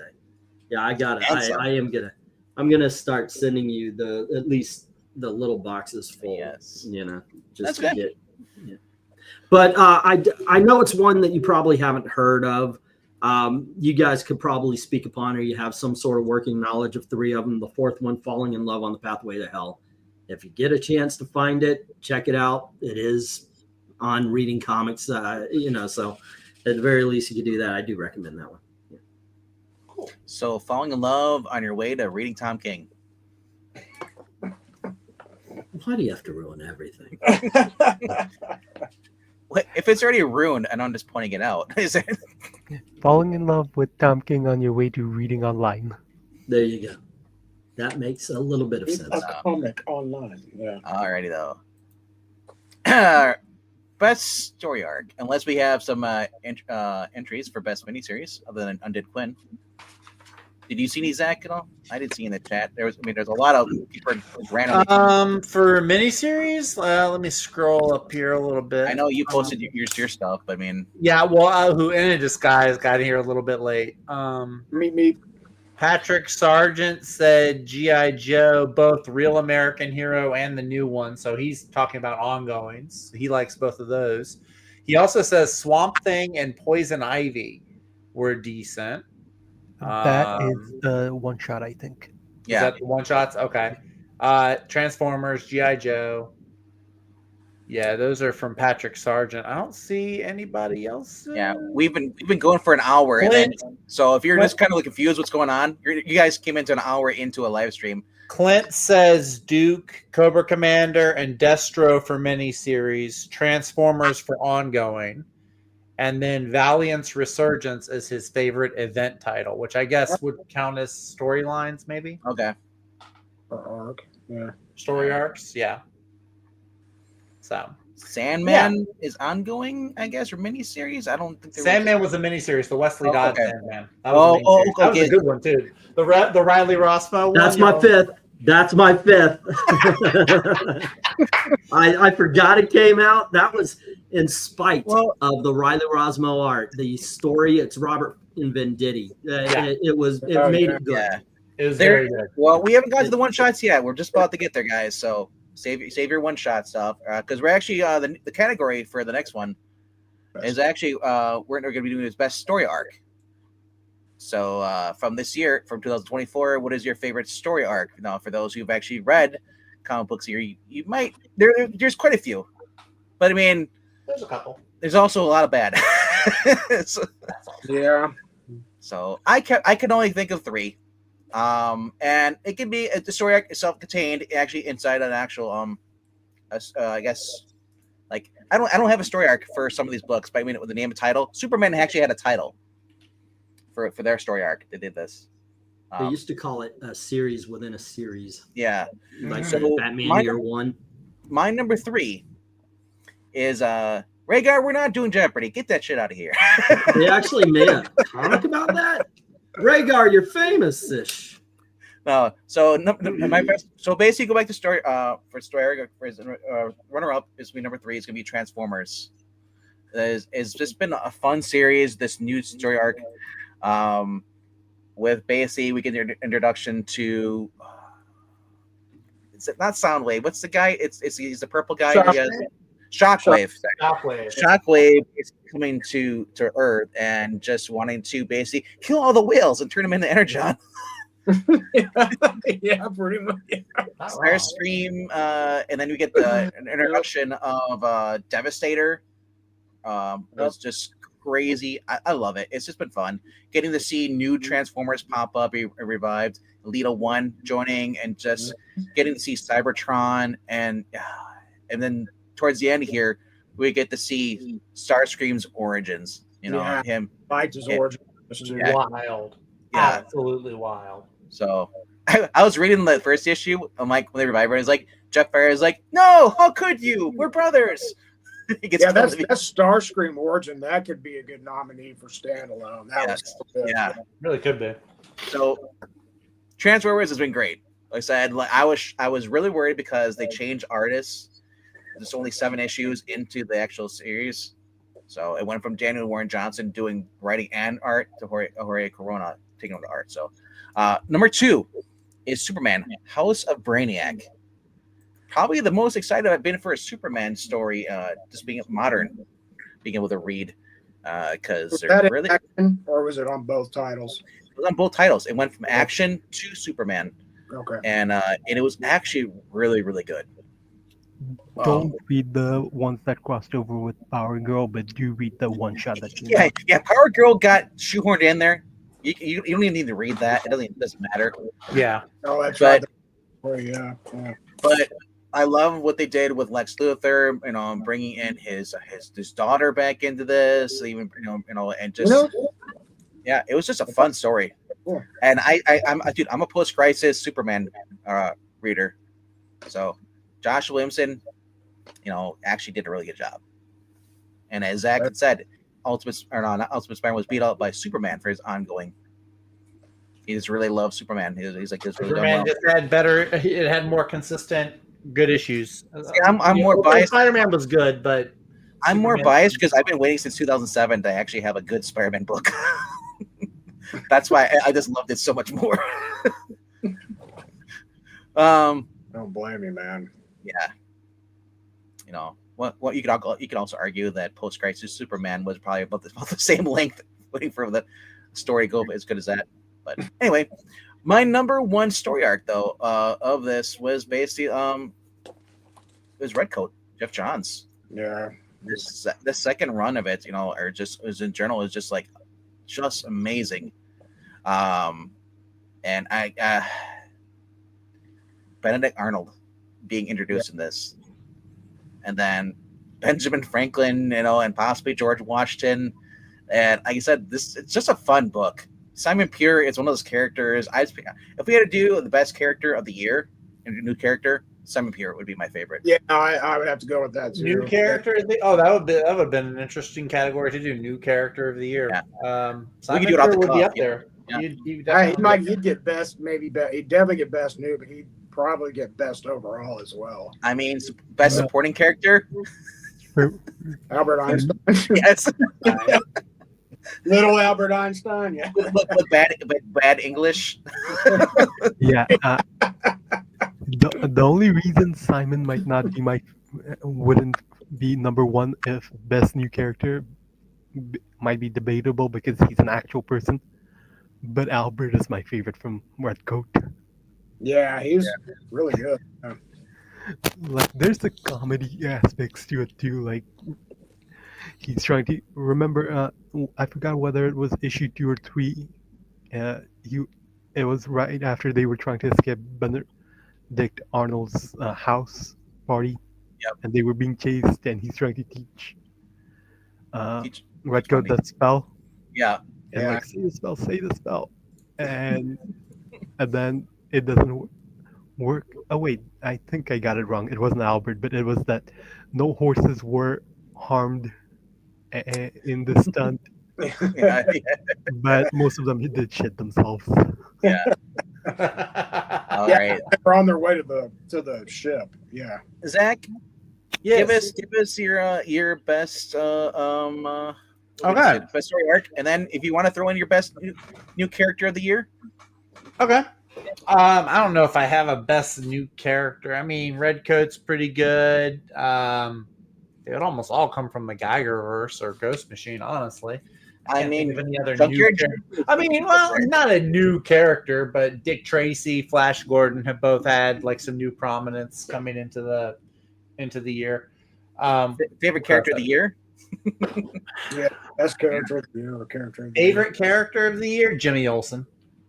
Jimmy Olsen had some fun moments at DC this year. Jimmy Olsen over everyone else that's out Jimmy there. Olsen. We're going to talk about that here in a second, actually. So my runner-up story arc for the year, number 4 spot, is it's actually still going on, I think, right now, or it's about to wrap up. It's G.I. Joe's Real American Heroes, where it's Cobra versus Zombie Cobra versus Joe's versus Mars All American versus Heroes, yep. Dreadnoks. Yep. It's crazy and insane, and it's a blast. It's awesome. You should The all last check it out. Really, really, really awesome. Would It's you say that's the really best good. ongoing series for 40 years? I didn't start reading it Oh, until best the of all. resurgence, really. All right, so that's the runner-up, though. That one's still going on. Number 3 story arc for the year, and I know it had its own event type of series, which was the Blood Hunt story, but I'm focusing on the Avengers tie-in to Blood Hunt. The 3 or 4 issues there where it was Captain America and Hercules and Quicksilver and Kate Bishop and Hazmat. Was just a really fun tie-in series fighting Baron Blood. I think it was Baron Blood and just a whole bunch of vampires on a helicarrier. Yeah, It that was just a Avengers, yep. blast. And Blood Cap. It was Jed McKay writing, so it was a good fun time. So that was number 3. Number 2, Vinkman talked about briefly already, was the House of Brainiac story with Superman. Really fun, really good story. Almost all the issues connected to that were great. So definitely House of Brainiac is up there. And then my number 1 story arc for the year, coming around to Jimmy Olsen here. With World's Finest, they did a 4-issue story surrounding the 4th dimensional imps Yeah. coming to Earth, Oh, which was insane I and thought they were fifth crazy. dimensional. Huh? Are they 5th dimensional? I thought it was 4th. Fifth dimension. Is it 5th? Okay, I got my dimensions mixed up. But it was just a ton of fun because somebody was killing the imps in their dimension. So Batmite and Mixie Pickle, whatever his name is. Mr. Pickles. Thank you, Mr. Pickles. Makes you One of the best parts of the whole event, though, is when Mr. Pickles gives Jimmy Olsen the Turtle Man powers from like the old Jimmy Olsen that's cool. comic book. Yeah. It was just a blast. It was one of the best World's Finest story arcs there's been, and there's been some good ones. Refer to him as Gilbert Godfrey, and it'll just confuse everyone. Yeah. So that was just a blast to read. All these little fun things they fit in with the imps. It was great. So that's my number 1 story arc of the year, though. Nice. Alrighty then. Well, That was me. Mr. Grumpy over there. Yeah. It's almost my nighttime. So yeah, I've got to go with Rook Exodus. The very first arc, which has now officially been titled Fight or Flight, issues 1 through 6. Kicked off that book amazing. I had such really no expectation for this series, and it ended up just becoming my favorite Ghost Machine book. And which is saying something because they're all exceptionally well done. But that first series, the reason I like Rook so much, one of the things, it reminds me, it has the feeling of like an 80s kid show or boys show, like a Transformers or G.I. Joe stuff, because they have all the masks. Each character has their own mask. Controls and their animals. Yeah. Yeah, and the bad guys do too. And so it was Rook who controls crows and ravens. And the main bad guy for the first arc was Ursa, which was the grizzly bears. Like, and he controlled the Chicago Bears.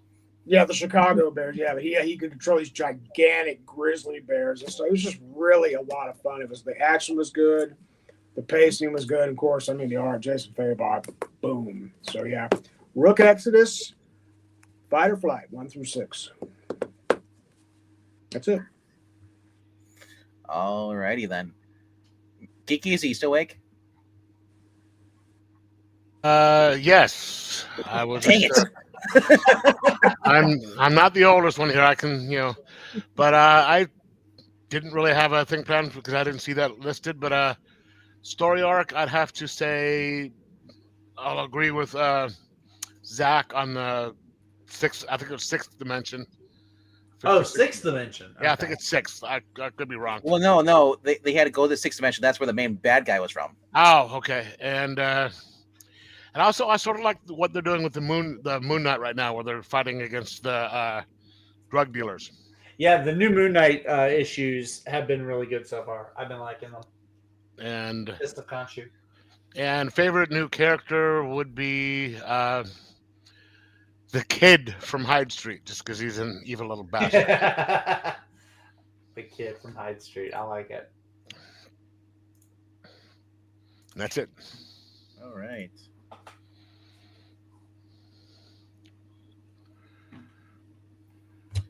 So I had to get rid of a bot on Discord, or not on Discord, but on Twitch. Advertising your own shit in my stream? How dare you? Did that come from my side of the street? No. It came from Twitch. You see on the stream, you already see that purple over there? That's a Twitch. Oh, okay. Yeah. Yeah, that's right. We're actually streaming to 3 different places.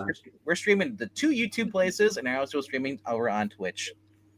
Why? Because I want to get. That's where all the kids are. I mean, as far as the younger generation, the Zoomers. Yeah, I think they're all playing Marvel Rivals right now. Of course, But you're doing it for the best reason. Why not? You know. Yes. But anyway, it is now Mr. Breen's turn.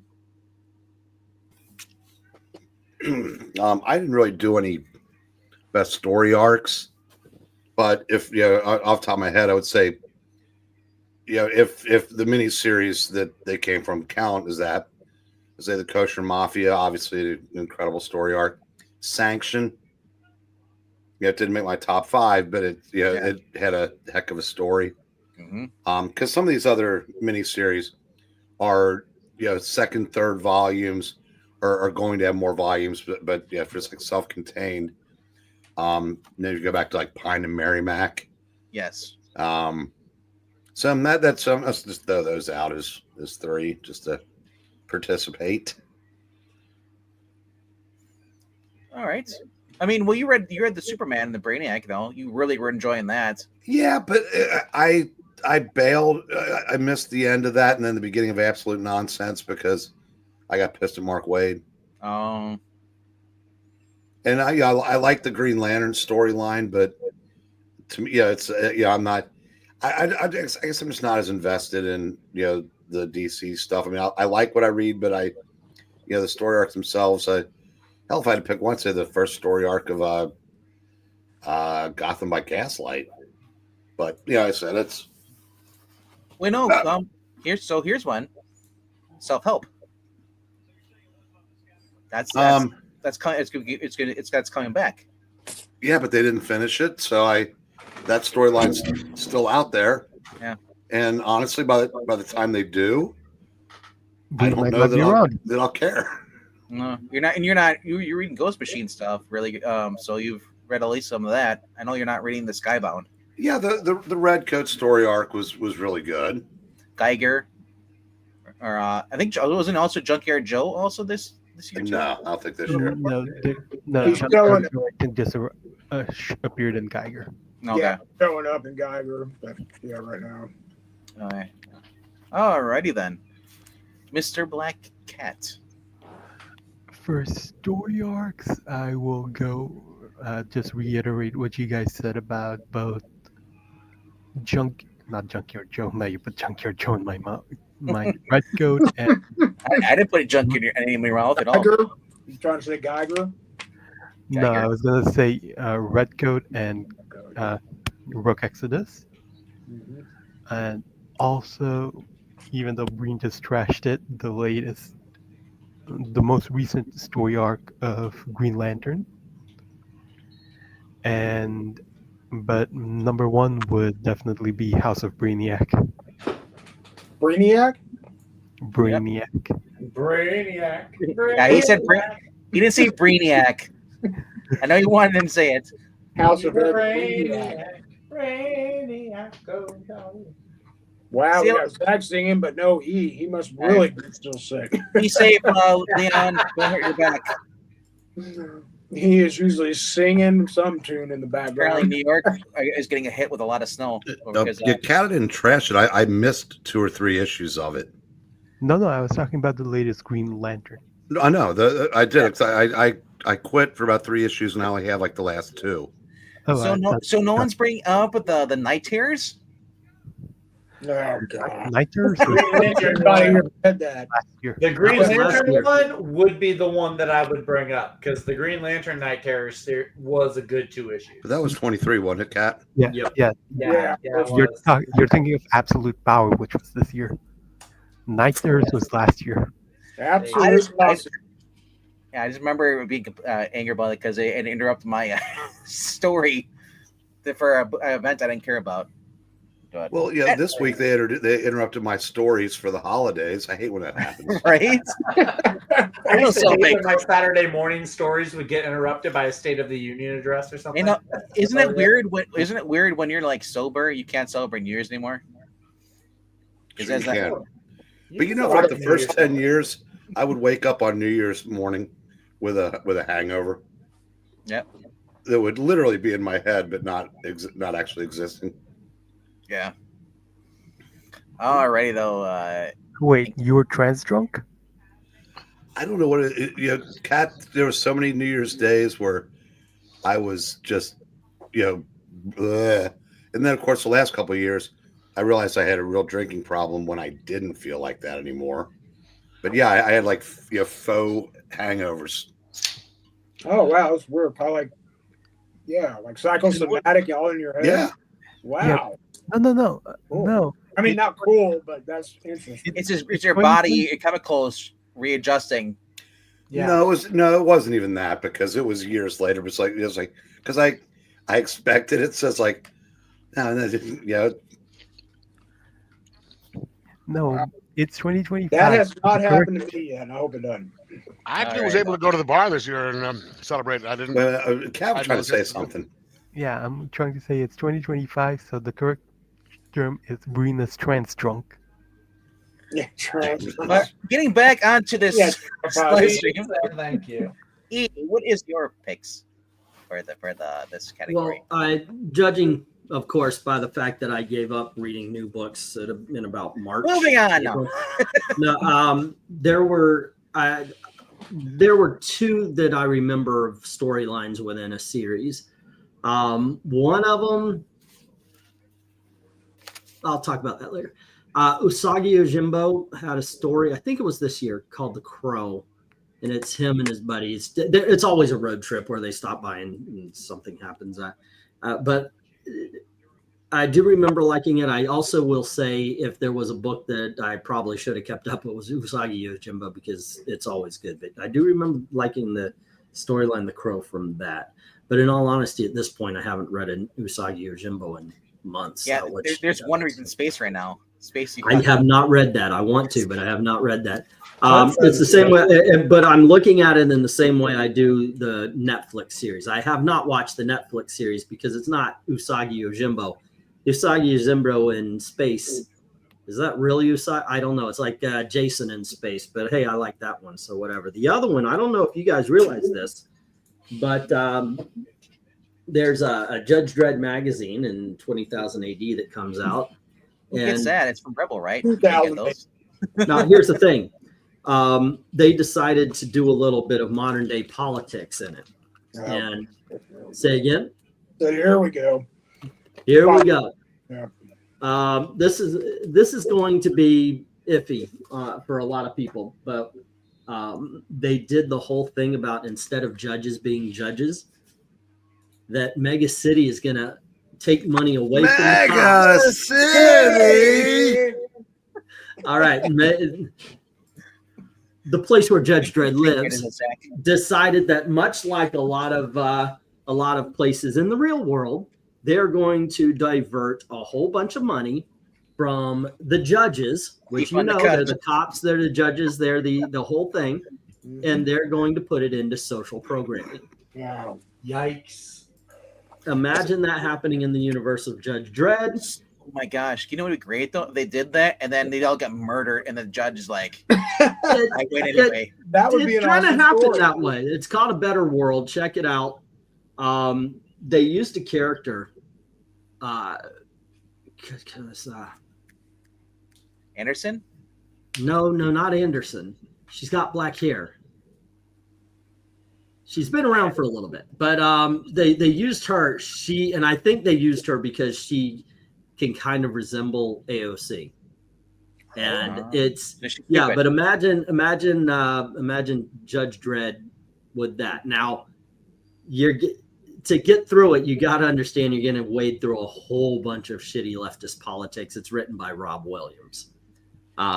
Yes, So I I imagine liked it, but I am cautiously recommending it here. So because you do have to wade through a whole bunch of politics. Yeah. Yeah, take what E said. Imagine Judge Dredd and that character. Now imagine Sylvester Stallone with AOC knockers. Yeah, exactly. Oh, that would be nice. But with Rob Williams, let me tell you, the reality and didn't completely win. So there you go. Those are the two storylines, at least I remember. I feel like it's Go with Usagi Yojimbo because you never go wrong with Usagi Yojimbo. You For really the last 10 years, you'd think Punisher had it bad. For the last 10 years, they've been trying to fuck around with Judge Dredd a hell of a lot You worse. know what I'd rather have? David Hasselhoff as Judge Dredd. Let's make it happen. such a weird cast. I'd like to go back to 2011? Yeah. Carl Urban. Oh, apparently, seems like a really good Undead Judge Quinn read it. Shocking. Yeah. Hey, it's going up. I didn't see any other stuff for Undead Quinn for this category, unless it was up there. I guess the other guy was asking if you had a hardcover of Arkham Asylum. That was Leon, but I think he stepped out. Well, I answered, yeah, I do. Do I have one for sale? No, I do not. All right. I keep my Arkham books. All I know is that every time I try to order anything from Rebellion or a shop, like, it doesn't show up. I don't know what's going on over there. That was the same with Hawk the Slayer. Like, it took forever. And then some shops got to issue 1, other ones got issue 4, and it was a mess. So, anyway, alrighty, on to best one shot / or it could be a single issue story, self-contained, one story, or an issue. So, all right, my runners up. I'm going to start with number 4. Is Green Lantern Civil War special. Was really done well, and of course because Jeremy Adams. And then we get as number 3 is Superwoman special by Josh Williamson. Really? Which I honestly That was a good thought- one shot. I was surprised how good it was because I was thinking like, okay, you got Lois Lane on the cover with superpowers and stuff, and all the same as Superman's, and I'm like, oh, it's gonna be like a girl power thing, like we all saw for those who had to sit through the Flash when they had the girl nights, yay, girl team. It actually was done really well, and then this was kind of hard for choice for me because I really liked this, and my number 1 choice. Number 2 for me was issue 7 of Redcoat, The Death of Albert Einstein. That was just, I was not expecting that. It just came towards it, and just like, I was like, wow. Yeah, really good. Number 1, probably the best one shot I've read all year. And honestly, for me personally, and probably for a lot of people too, I don't know. Green Lantern, Green Arrow, World's Finest Special number 1 by Jeremy Adams. Wow. He understood the assignment. To bring back an old meme. And it's just fantastic. It's kind of for those who are wondering what it is, it's kind of a prequel story to Teen Titans, or the new Teen Titans with Deathstroke. So we get to see Deathstroke targeting Barry Allen and not Barry Allen, but Oliver Queen and Hal Jordan, who are on a vacation together, and then they're targeted by this guy, and the story continues into Central City. Okay. I was taking a drink. Central City. With Barry Allen teaming up with Hal Jordan and taking out Deathstroke, and we get the first appearance, I guess, in this story. I guess it's not really technically a first appearance, but of the Hive, and it just ties nicely into that, and it didn't retcon really much of anything at all. It was actually done really well, and I recommend it. If that's one book you're gonna check out that book. That is okay. So, Zach, it is your turn now. All righty. Looking at one shots or single issues, my runner-up single issue of 2024 is the Ultimate Universe 1 Year In one shot by Chris Condon and a couple of various artists in there. Really interesting story with that universe's version of Nick Fury. It is white Nick Fury, by the way, which I thought we'd never see again. But it was really cool. Apparently, the Hand, which is that universe's version of S.H.I.E.L.D., works for the conglomerate of bad guys, and Fury starts to have a conscience about all these things that he's doing, which are evil and dastardly, and he tries to turn on the bad. It's really an interesting story. It feels very much like the old Mark Millar Ultimates, kind of like Denise Camp's run has kind of been feeling like, vibing with. So that's my runner-up. My number 3 one-shot of the year was the Green Lantern, Green Arrow, special that you were just talking about, which is also a Green Lantern Hal Jordan special, or Green Arrow Hal. No, it's Green Lantern Hal Jordan.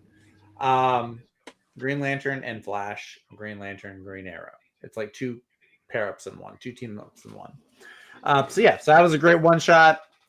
My number 2 was the DC All-In special, which was really fun, written by Josh Williamson, Scott Snyder. You also had art in there from Dan Mora, and I forgot the other one. It wasn't Jason Fabok. It was somebody else. The artist, it was really cool because it had the main DC Universe story on one side, and then when you flipped it over, there was the other story from the dark side perspective. It was really cool. Giant splash page in the middle. Really, really neat. Kind of set up the absolute universe that's going on right now. So that's my number 2. The number 1 single issue of the year, though, was the Green Lantern Civil Corps issue. It almost felt like I was reading one of the Jeff Johns Green Lantern, like Sinestro Corps War or Blackest Night or something like that. Just really kind of felt like a time machine. I really enjoyed it. Seeing all the different Green Lanterns and, all the various lanterns. It's really cool. The DC cosmic side of things, I think, is really starting to pop off. But that was a really just real fun issue to read. So that is my single issue stories of the year. Hey guys, if you ever want to learn how to get rid of E real fast, drink over Amber Notes. He loves that. Loves it. Second one of the night. I need one for everybody. He's collecting fingers from everybody. I apologize. I wasn't on mute. So I hope I didn't copper. Oh no.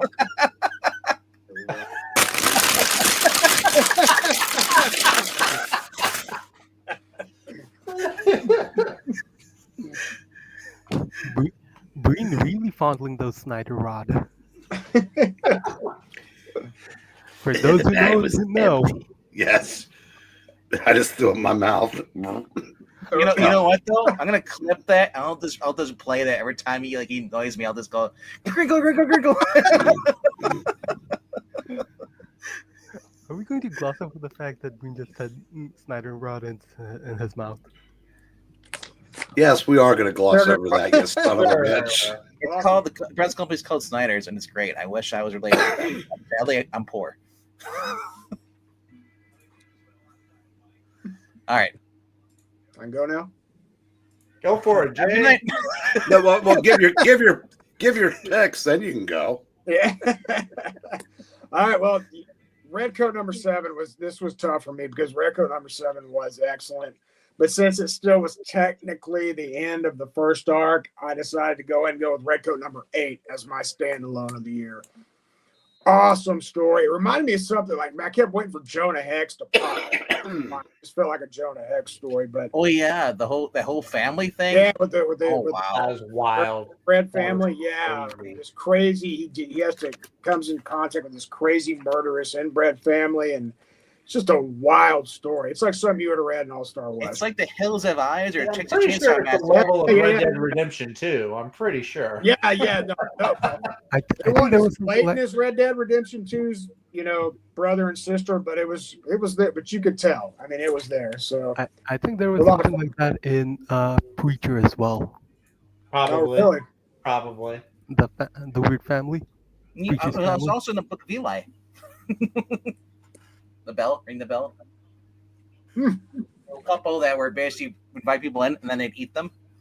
Oh, yeah. Yeah, it was messed up. This family in Redcoat, they would murder. They would take people in to give them shelter, give them a room to sleep at night, and then while they were feeding them, they would kill them, and then they would strip them of all their valuables, and then throw the bodies like they had like a basement deal set up. It was just It was so well done because here comes a guy who's immortal. They think they kill him, and he's like, surprise! it's so awesome. But yeah, he had to like get out because he doesn't come back right away. He's still. How do you explain it? It's like not going to sleep, but he basically kind of like that. But yeah, he says when he dies, he always sees his dad. That's right. That's right. Yeah, his dad like punishing him when he was little. That scene reminded me of the Spirit. Whenever he dies, he sees like the beautiful hot chick Carmeletra, and then he's like, "It's not your time." He's like, "No." So yeah, great issue. Undead Kun, what you got going in the chat here? You got a couple of issues. Earthlings. Best one shot. Kardec, the Mystic is your number 2. And then he has I Hate Fairland is his number 4. And Club Nephilim is number 3. Where do you see that? Oh yeah, they're there. Okay.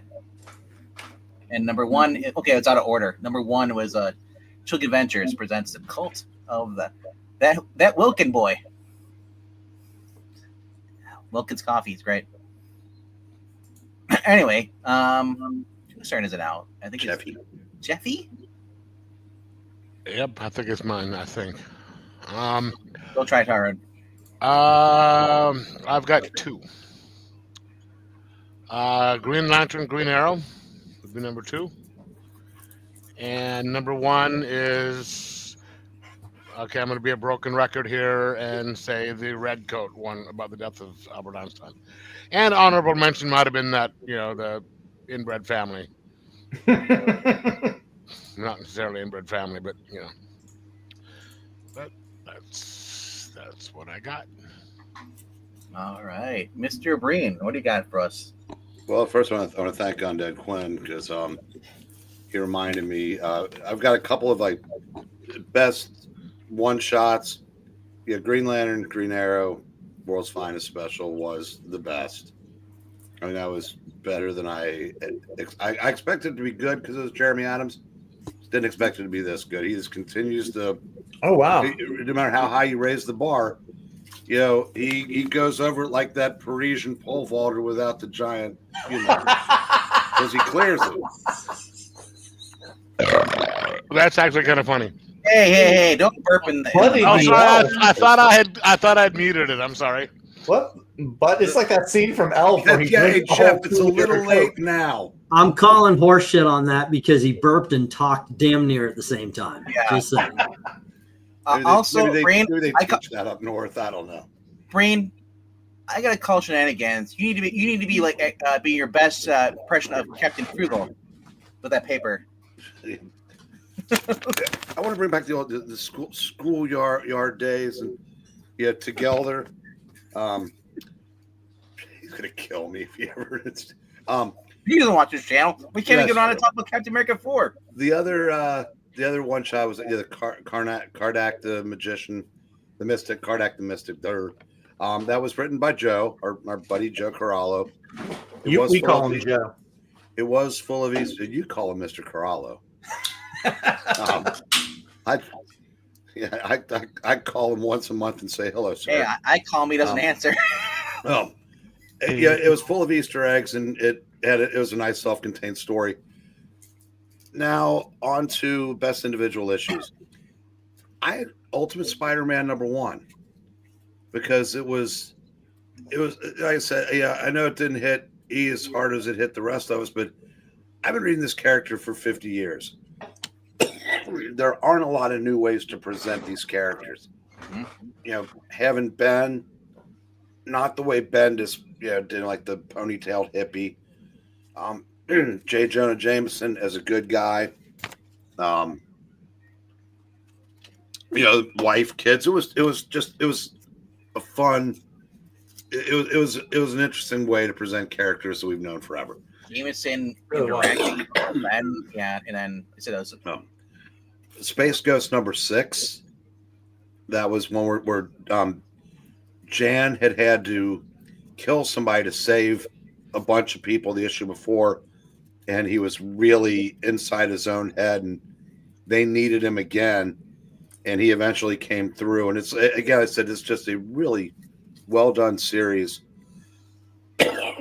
and we talked about this here tonight. In an era where everything is written for the trades, the last 2 individual issues of Redcoat, obviously they were both great for different reasons. One was tug at the heartstrings, and the other one was the Albert Einstein.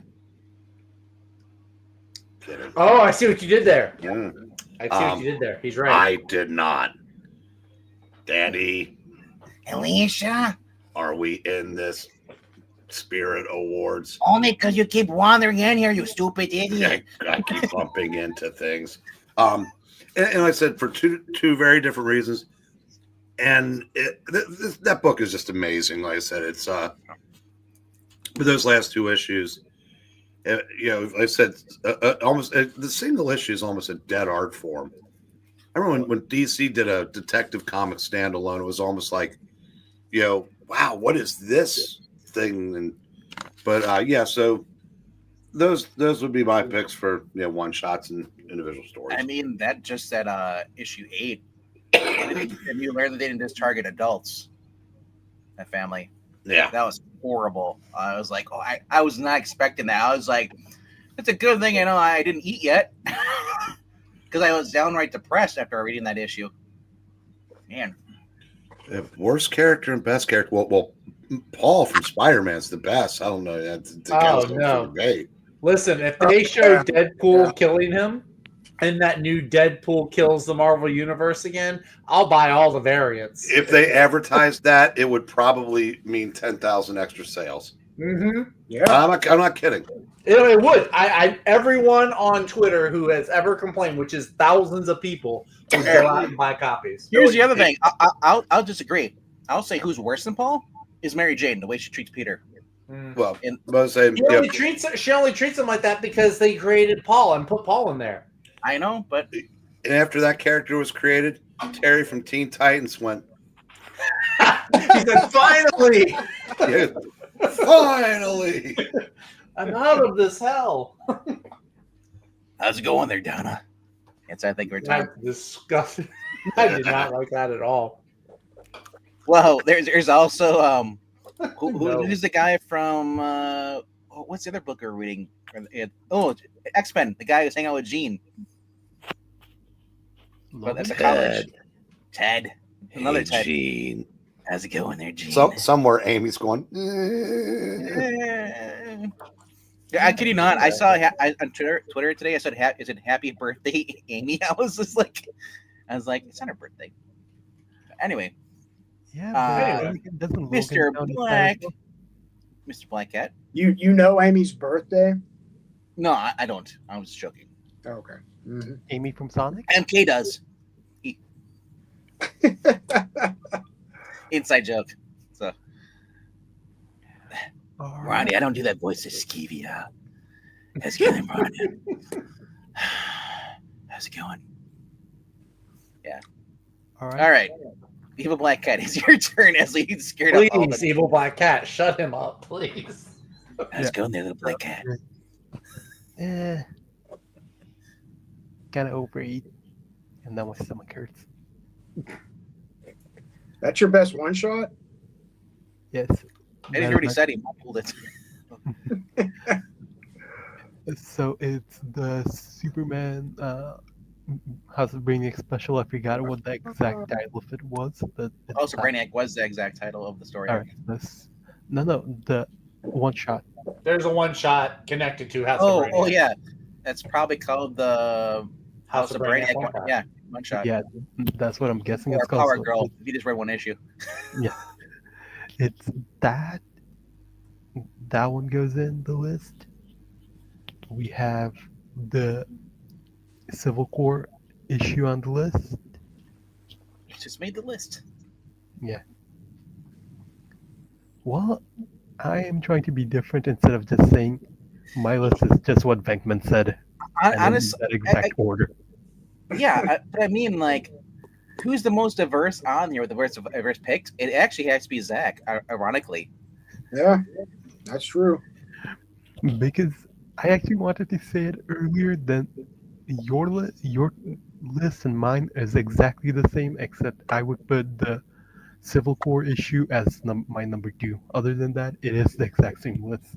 Huh. And honestly, though, I expect overlap, and these are they're called the best books of the year.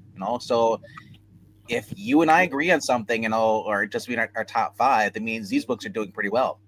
Because we did not discuss anything beforehand as far as what our list was going to be. He's just copying us. He's just writing it down as he creates his list. Like that's the best thing when you come in. It's like you're the last one to go on the rotation. He's like, oh, I forgot about that book. I'm writing that I down. didn't prepare for this at all. And I am, by the way, anybody that's on my channel, come on over to Geeky Puppet Show. But that's what we're doing here. Subscribe to Geeky I Puppet didn't, Show. I didn't prepare very much. Also, the reason why I'm muted is because occasionally I cough really loud. I don't want to interrupt. Is it my turn already? It is your turn, actually. We're allowing you to speak. Okay. Look, I don't hate Ultimate Spider-Man #1. I really don't. It just didn't hit me as hard. I was that first issue, however, I do think, and I praised it for being a character issue. They took time to explain the world Spider-Man was living in, so when things started happening to him, you actually give a shit. So I would include that #1 in this particular list.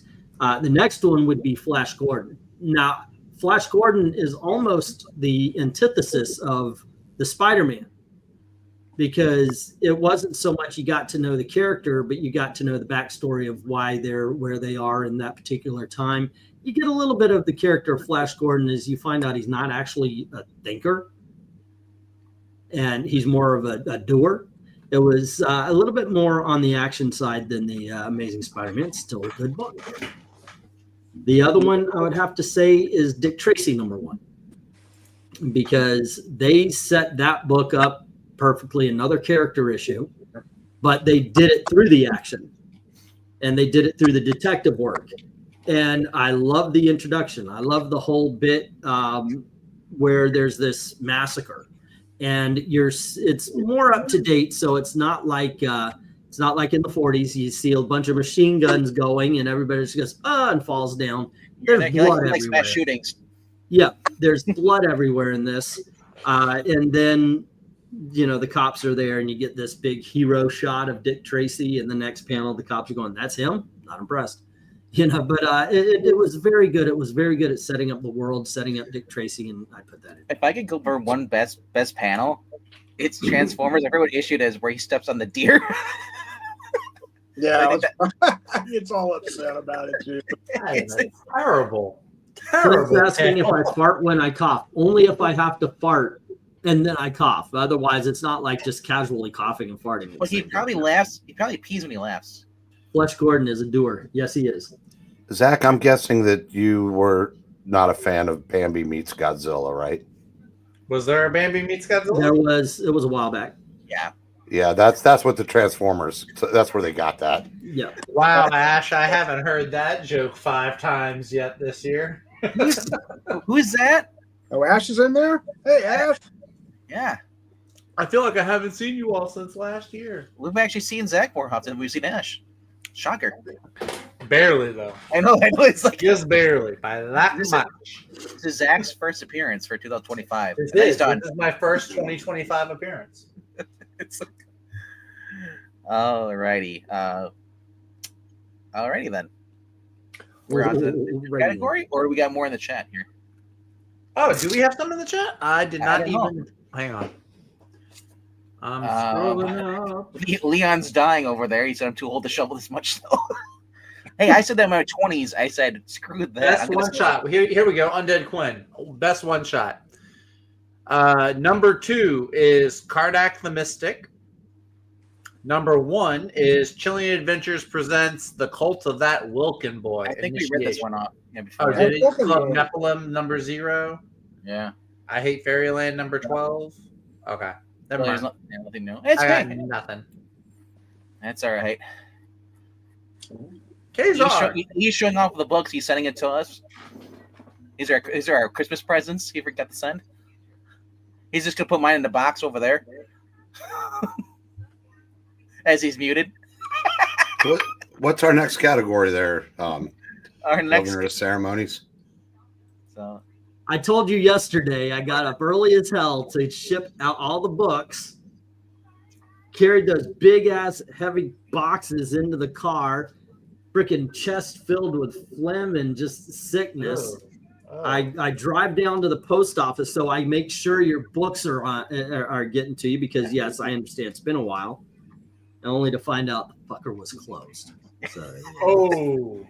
Yikes. yeah. so yeah, things are gonna go out tomorrow, guys. Alrighty.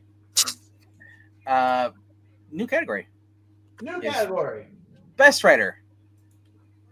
Oh, I know. Uh, If they're I don't have any best starters to writers or anything like that. So I mean, you talked about some of the books, already. I So. don't know who fucking wrote them. I don't. Look, I'm not gonna leave a comic geeks. It ain't that hard. I don't know who wrote them. I don't know who drew them and shit. Look up beneath the trees, or whatever, and it could be your new writer. You like, but Clint but, saying I should hose down the packages with Lysol. I think we're all in this together. how about we just hose down E with Lysol instead? I know, right? Yeah. All right. Number 5 for me. It's too much Lysol. Liefeld. Oh. Lysol. Lysol. He Oh. said, "Yep." All right. Number 5 for me is Robert Kirkman, the writer of Void Rivals. In the number 4 spot. That's right. Kirkman does write about it. I know, right? Bro, Took me a second. I was like, wait a second. I thought he was I thought you meant. I guys Vin sent you Diesel. the wrong list, the original list. I had him down for Transformers, and I realized I know. wait, I caught so many errors on that. I was like, wait, where's Daniel Warren Johnson? he wasn't on any of the lists. Robot Fighter. Number 4 for me is Daniel Warren Johnson on Transformers. In the number 3 spot is Mark Waid's World's Finest. And then number 2 is Jeremy Adams, working on Green Lantern and also working on Flash Gordon. Number 1 though, this guy is a workhorse. Jeff Johns, working on Redcoat, Geiger, and Rook Exodus, all being excellent stories. And then he's also taking on, I believe, Hyde Street as well. Is he writing Hyde Street? Or is it Tomasi? No, Tomasi's doing the family, like the Rockefellers and the Hornsby. No, he's still got 3 books though, they were just awesome. So that is my top 5 for the best writers of 2024. Nice. The floor is to you, Zach.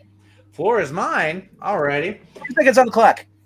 My runner-up for 2024 is the great Jonathan Hickman, who does not miss a beat ever. His Ultimate Spider-Man He got the is fantastic.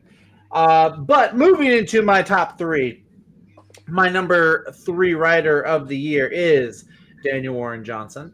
Not only for his killer work with Transformers, but if you are not reading The Moon is Following Us, you are really missing out. That is a really phenomenal series. Number 2 is Joshua Williamson, who has also been a workhorse kind of this year between Superman and Green Arrow and Robin and G.I. Joe, Duke, Cobra Commander, Duke, all over the place. And all of his books have been great. So Joshua Williamson wins the number 2 spot. Number 1, though, has to go, and I am a little bit biased, but that's okay. Jeremy Adams wins the number 1 spot for me. All of his DC books are great. His Flash Gordon is great. I'm looking forward to his Aquaman coming up later this month. I actually am too. So Jeremy Adams, just anything you pick up from him, it's going to be great. We sacrificed the Flash for better books. We did. Who thought when we gave up Wally West that we would be getting Hal Jordan, Aquaman, that we would be getting all this good stuff? Who would have thought that Tom Taylor wouldn't take over in July? I was shocked. Yeah, I know. You certainly did. You tried filling me with fear every other day, but I stayed Man, strong. that was a 2022 flashback there. Wow. I call this. No, it was 2023, and I call this a complete success.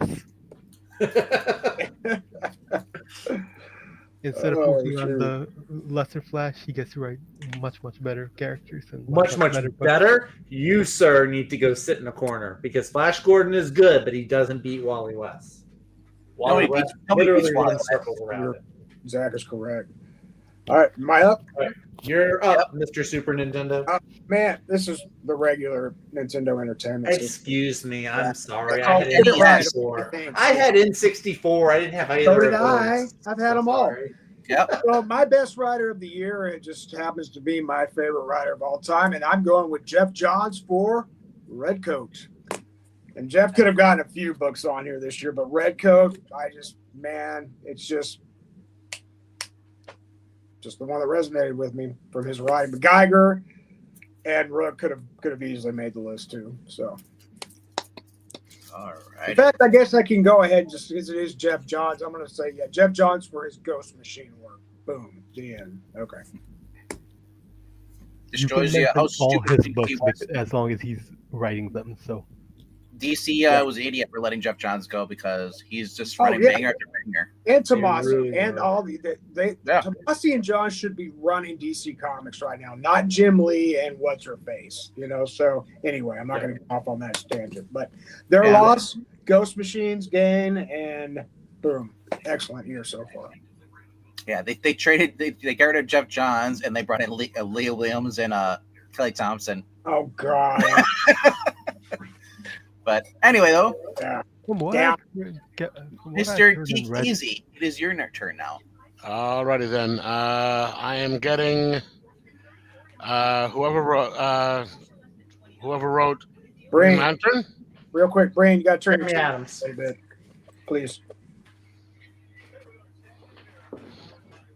What's up? I assume that's Brain's TV in the background. He's the only one who watches TV. It's- I haven't touched the volume. You couldn't hear it the whole time. Now you can. Well, it's Not too because loud. you're on a commercial, aren't you? No. No? Yeah, I don't know. It's just coming through stronger that time. Okay. Well, my volume's turned down too, so if you turn your volume all the way up, yeah, you can hear it. But anyway, Geek Easy, you said the writer for Green Sorry. Lantern? Yes. That's Jeremy Adams. Jeremy Adams.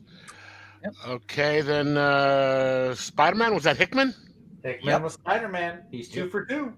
Then I don't know either one of these can switch, but I'm gonna put Adams. Who's that that wrote the first night? Was that Adams? That was Dan Jurgens. That was Dan Jurgens. Okay, and then number one. Do I need to say the only man in comics who knows how to spell his name correctly? Mark Wade? Oh, sorry. Yes. Oh, Jeff Johns. Yes. Alrighty then. As we just zoom in on E as he just dies coughing off camera. Huh? No. All right, Eric Breen. Okay. Number 5, David Pepos for Space Ghost. Cool. Nice. Number 4, Jeff Johns for pretty much writing Ghost Machine. And honestly, the rest of these, 4, 3, and 2 are really in no particular order. But number 3, Mark Miller Oh, yeah. for everything on his imprint. Number 2, Jonathan Hickman for Ultimate Spider-Man. And number 1, Jeremy Adams for Flash Gordon, Green Lantern, Jay Garrick, Flash. Pretty much anything he touches at this point turns to gold. Brain, I so- can't hear the game. Turn it up, okay? Sure thing, pal. How's that? Can you hear it now? Better. All right. Glad it helped. I didn't think about Mark Millar. That would have been that's a good one. Oh, you know what else we didn't think about? Mark Pellegrini for Common America. And I Oh, forgot to put in R. I want to add him to my list. You know who else we forgot? Who? Ron Lim. And Ron Mars. Tin Limb. Roy, That's what I said. Roy Thomas Yeah, well, he invented all this. created everything, you know. Yeah, I mean, yeah. we don't have comics without Roy Thomas. This is true. Wow, Jackson, that's a meanie thing to say about your and friend Jay. What? Oh, I got to see this. What did he say? He said he loves you.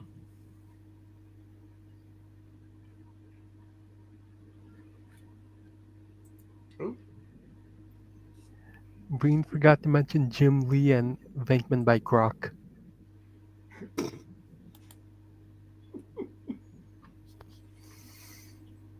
Man.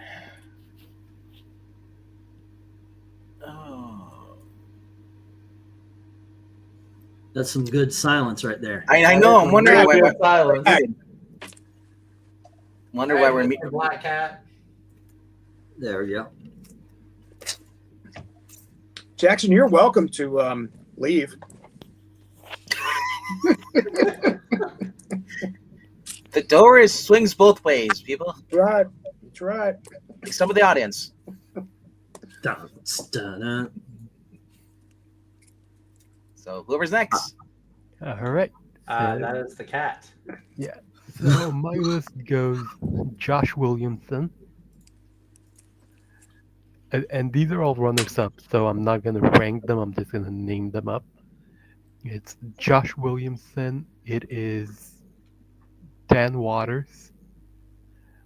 It is Jeremy Adams. But there can only be one number one. Sure. It's my favorite writer since I've gotten back into comics. He was my favorite writer right before I took the break from comics. It is Mr. Jeff Johns. Alrighty. Good one. Good one. Ash, I don't know. What did Brubaker write this year? Did he write something this year? He had one book that wasn't that great. Eric. Did Brubaker Night 3 books this Fever- year? He had Night one. Fever was last year. That was 2023. I don't even know if he had one this year. Oh wait, I think he did Where the Body Lays. I think that was this year, wasn't it? Oh, was it? Or Where Was the that Body one of his Was. criminal books? I completely forgot. No, but I completely forgot about that. But you're right. It wasn't one of his best pieces. Hmm. Alrighty. Oh, okay. Yeah. I didn't know he had a new And one we this have year. you Human. and Channel. It's human. So Evil Like Cat, you went then? Or are you Yeah. still on your list? Okay. No, I went. Jeff Johns was number one. Jeremy Adams, Josh Williamson, and what was his face again? Was number two again? Jeremy Adams? Josh Williamson No, Hickman? Dan Waters. Waters. Alrighty. Dan Waters just makes it in for his stuff in December. Hello to you, Carter. Joe Casey Hey, you. is number 2, and Hickman is number 1 for him. Joe Casey's a good pick. I like Casey. No, Justina Ireland. Or Zeb Wells. Definitely not. Definitely not. Big no on that. No, didn't Casey do the Kneel Before Zod miniseries? Yes, he did. Yeah, that was a fun series. That was really good. That made Zod cool, or at least to Right, me. right. Maybe other people thought he was cool already. Well, but- I already thought he was, but There's yeah, another level. Mid McKay. I like Jed McKay. His Moon Knight is a blast. All Oh right. look, the book Zach likes. Yes, the one that Moon, I like. Moon Knight? Oh. No, Power Man and Iron Fist. No. Because it's Because Power it has Man Iron and Fist. Iron Fist. Alrighty then. E, do you have a best writer? Actually, yeah, sure. I don't know who wrote the first appearance or the first issue of Ultimate Spider-Man. Go right on it. Let's throw him in there. 'cause Well, I no, wasn't- you read the other series, Beneath, Correct. Beneath the Trees. That one. Beneath the yeah, I should have checked that one up. But yeah, I don't know these people. The writer of Beneath the Trees Where Nobody Sees, I thought that was done very well. But I don't have names. I do have, if I'm gonna be honest, with the books I read, Paul Levitz, Steve Skeets, Paul Kupperberg, Martin Pascoe, Dave Michelini, are all the writers of Death of a Prince. That was a book I read this year and I loved. Dan Abnett for his Abnett's entire good. Aquaman run. And let's go with Chuck Dixon and all the people that wrote Batman Nightfall. I mean, those were the books that I was actually reading this year and enjoying. This new shit, I gave up on the new stuff. It just didn't impress me. I just gave up. You know what it was? It was really the move. When we moved, I kind of got out of it. I didn't have the access I usually had, and so I started reading my trades, and I got into that over the new stuff. So a little bit of cheating, but yeah, I'm gonna go with that. Let's see. I'm actually reading the trade paperback right now. Alex Segura and Michael Mordecai for Dick Tracy. Nice. Yeah, All I've right. actually got the trade in front of me here for the digital, of course. I ain't buying shit. God. You know, that's okay. Like I said, like if you don't have like every category filled out, here the whole goal is this: we're telling you what we enjoyed. Now, if you could probably find everything we're talking about a year later in the dollar box, go ahead. But seriously, if you guys haven't read it, check out it's the 1970s Aquaman run, or I guess it'd be Silver Age into. Nice man's. But the death of Prince and the one before it where they kidnap Mira. They go to get their excellent storylines. I thought it was Mara. And did I say Mira? No, you said Mira. I'm just saying. Yeah. I'm just giving you shit because you do manga. Oh yeah, man. I've been pronouncing it Mira for a long time.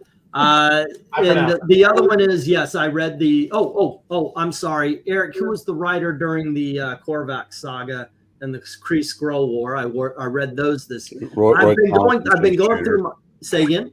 Roy Thomas and Jim Shooter, respectively. I've been going through my trade paperbacks alphabetically a lot, and occasionally hitting a showcase. But that's where I'm at right now. To be fair, though, you can your best writer could be Roy Thomas. He created everything. He created freaking. What are you guys talking about? The Rook and all that kind of stuff. Yeah, Wolverine.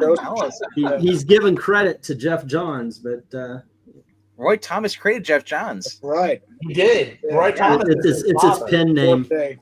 It's right. Roy Thomas is his father. All these writers you see, like Jeff Johns, those are hired paid actors, just like Iron Man 3. Yep. I believe that.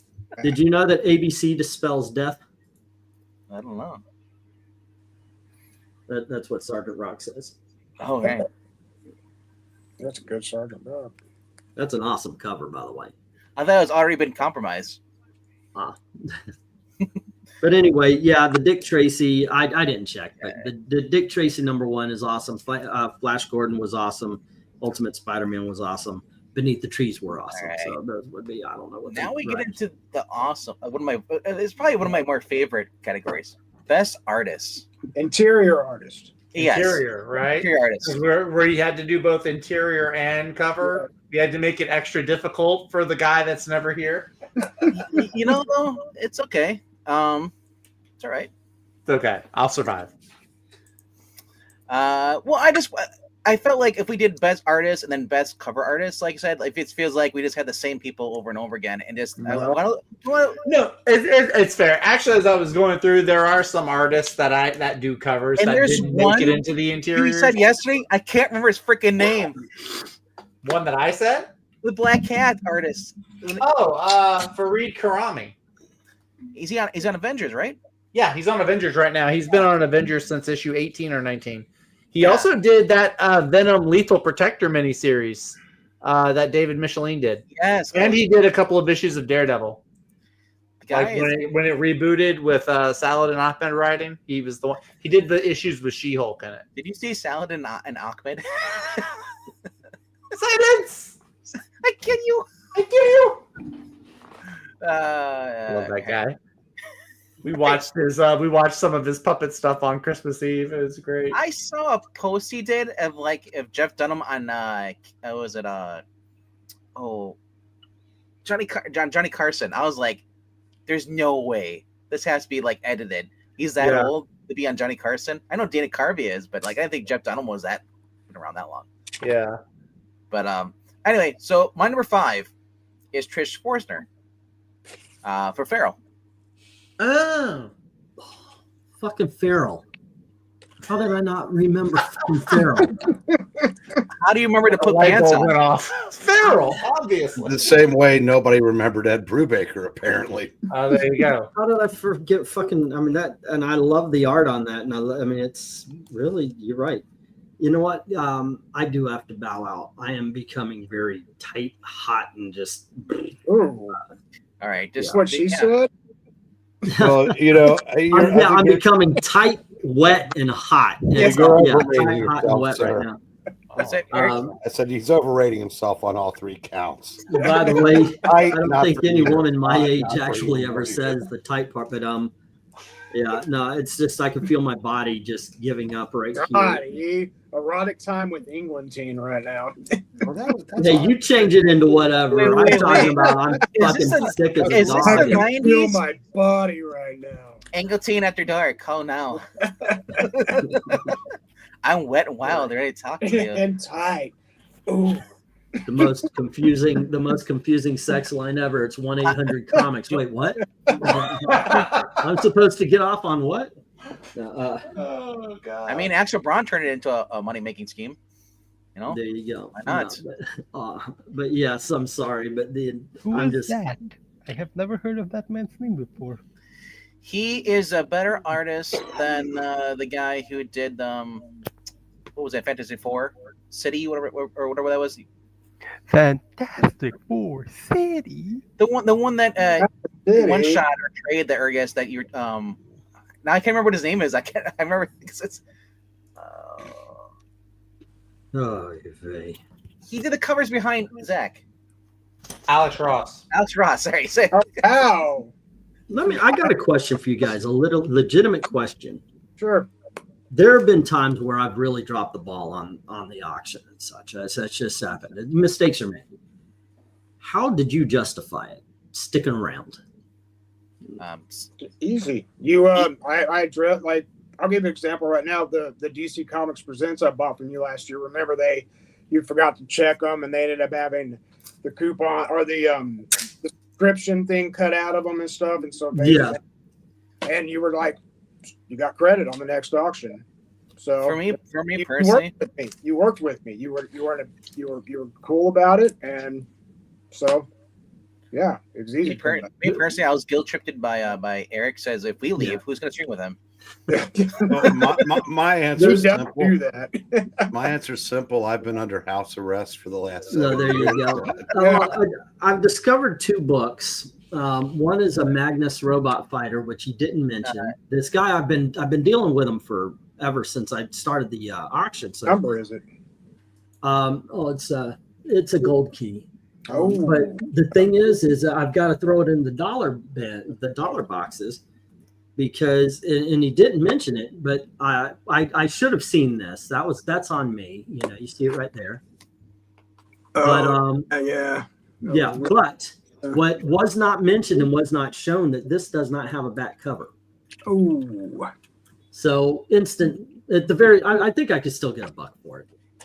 So, does anyone want to tell Ash that Big Game was Yeah, I was in just- 2023? I can't. Yeah, you have to do a lot of that. Yeah. We're looking at 2024 books, Ash. Oh, and thank you for the Will Conrad on Flash Gordon. That was pretty. Oh, good. Will Conrad. Oh, I didn't even write down Yeah, Will Conrad. All right, get in my number 4 on the Peasantry. Sorry.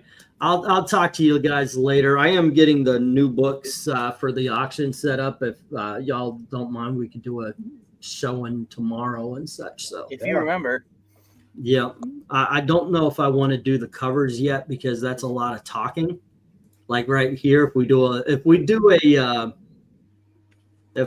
a hangout stream tomorrow, yeah, you know, it can kind of lean on you guys for a lot of the conversation, and I could pause whenever. You guys might actually get a word in edgewise. But tonight's any indication. yeah. yeah. Anywho, It's a Peter feeling that- Haber for Beneath. Thank you, Undead Quinn. That's mine as well. For the writers, those are good. But yeah, I'm gonna go and lay down on one of our Christmas I bought for the car. I bought these heating God, pads. another 40-minute goodbye. I know, right? I'm sorry. Let me shorten this up. Go fuck yourself. That's better. Now go.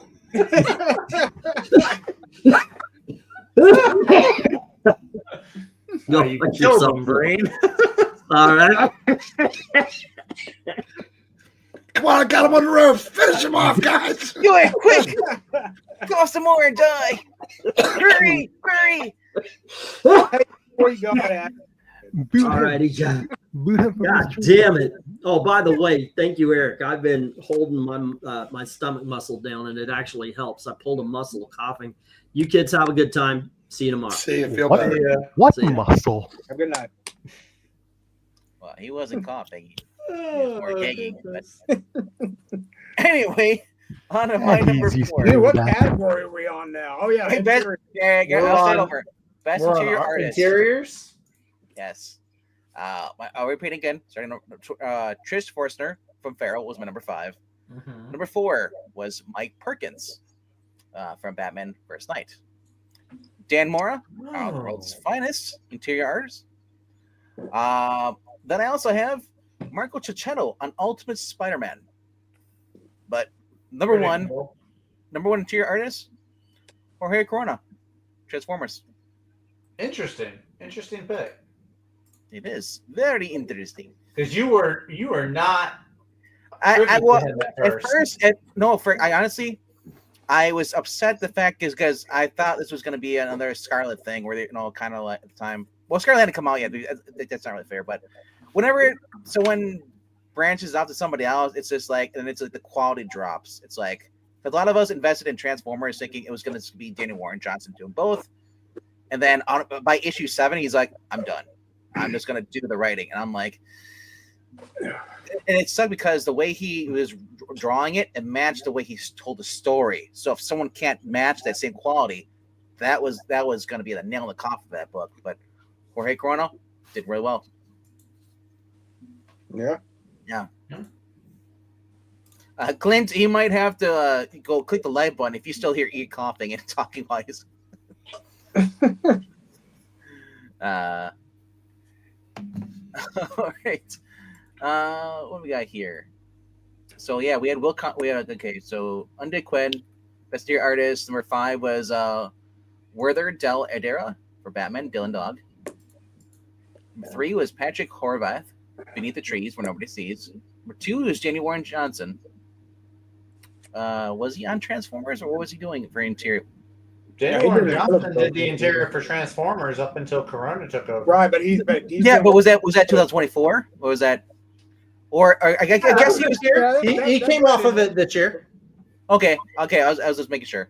Yeah. And then we have Max Famira, I guess, for the Sacrificers. It says Undead Quinn. Alrighty. Number 2, or I said number 2. Zach, number 2. You're on number 2. I am the number 2. All right. Looking at interior artist, my runner-up for this category is Tom C. Riley for his work on Duke and also going into G.I. Joe. Yeah. Really good artist. Kind of strikes me as a little bit of that Chris Samney, but more action-y, I guess. Number 3, going to the top 3, we have, just mentioned a little while ago, Fareed Karami, because the dude draws women like nobody else at Marvel will draw a woman. It's insane. You mean like women? He drew an homage of John Byrne's She-Hulk, where she's covered up only using the Comics Code Authority stamp. Oh, wow. He Cool. did that for fun. Marvel didn't even hire him to. He did that for fun, and it looks great. So if I start buying Avengers comics, he's the reason why, because he's currently the artist on Avengers. Next artist up is Alessandro Capuccio for all of his Moon Knight work. He does fantastic work with the Moon Knight books. It's always striking seeing his artwork. And my number 1 interior artist for the year, he did the Jay Garrick Flash. He's also doing JSA right now, but it's Diego Alorteguy. The dude has a really fun, energetic style. It's just really cool. Something about it I really dig. It's fresh. It's got a unique vibe to it. It's really, really cool. It's very kinetic, very energetic. So yeah, I like it a lot. I think he had, I forgot who the colorist was, but the colorist who works with him also does really good. So those are my 4 interior artists for the year. All right. I'm up. You're up, sir. All right, I'm just giving one. There's a lot that I could have chosen, but Jason Fabok on Rick Exodus was just, man, setting up that whole world, setting up that entire universe of what they're doing, because that's separate from the named Ghost Machine. It's its own deal, and the whole thing takes place on a colonized planet that from humans that had to leave Earth. And that's kind of a big pressure on him. He has to set up this world just right. I mean, to really like drive it. Failing colony. Yeah, and he did, man. And I mean, just all the animals and everything. It's just, well, he always knocks it out of the park. But yeah, he's my interior of the year by far. So Jason Fabok. Nice. Alrighty, Kizzy. Okay. Let's see. I have CHECCHETTO. I think is that what I wrote down. Chichetto? Chichetto. Ultimate Spider-Man cover artist. That was on your list. That was on your list that you sent. I forget what it was, but yeah. And Hitch. Brian Hitch. Yes. And if John Byrne did anything this year, he's going to be on my list. I love his art. I'd put Lee down, but I know he didn't do anything. And for the stuff this year, Perkins from First Night. Nice. He's the one that did First Night, right? Yes. Yeah, Mike Perkins. Yeah. Yes, that was. He's got a new DC miniseries coming out with the Atoms. Yeah, but it's Captain it's Adam. written by John Ridley, so it just. But it's also written by Ryan Parrott, though. No, that's not enough. He won't be able to overcome. I love Ryan Parrott, but the fact that like he has to be teamed up with this guy, and I'm curious. One question: is it like be a backup story where Ryan Parrott's doing like the backup story? It came. I know it came Parrott's out this name is week. the first one being credited, so usually the first one has the most impact, huh? No, it came out this week, so let's just yo ho ho it afterwards. Oh, there you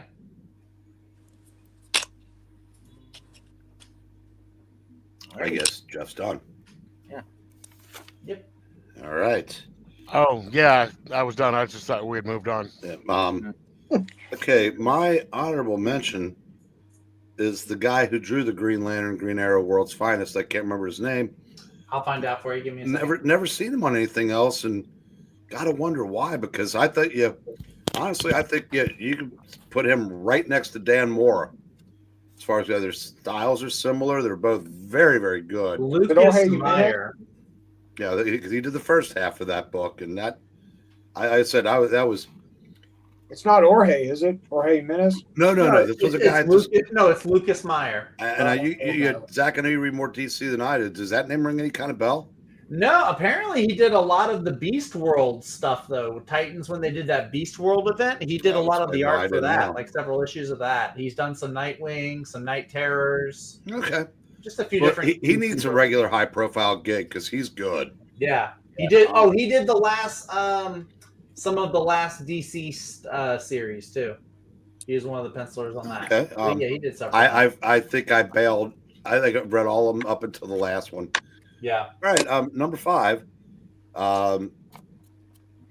Good Lord. Will Conrad for Flash Gordon.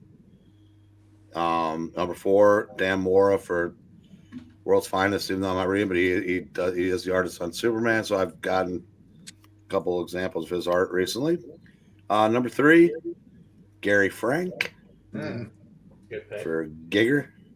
Number 2, Mario. I wasn't me that said that. I want that on record. Marco Gicchetto for Ultimate Spider-Man, and number 1. And I can't believe I said this. a list where I don't. Yeah, Jason Fabach not on it because that's But number one, Brian Hitch. I think he's like I said, like comparing like Brian Hitch and say Dan Mora.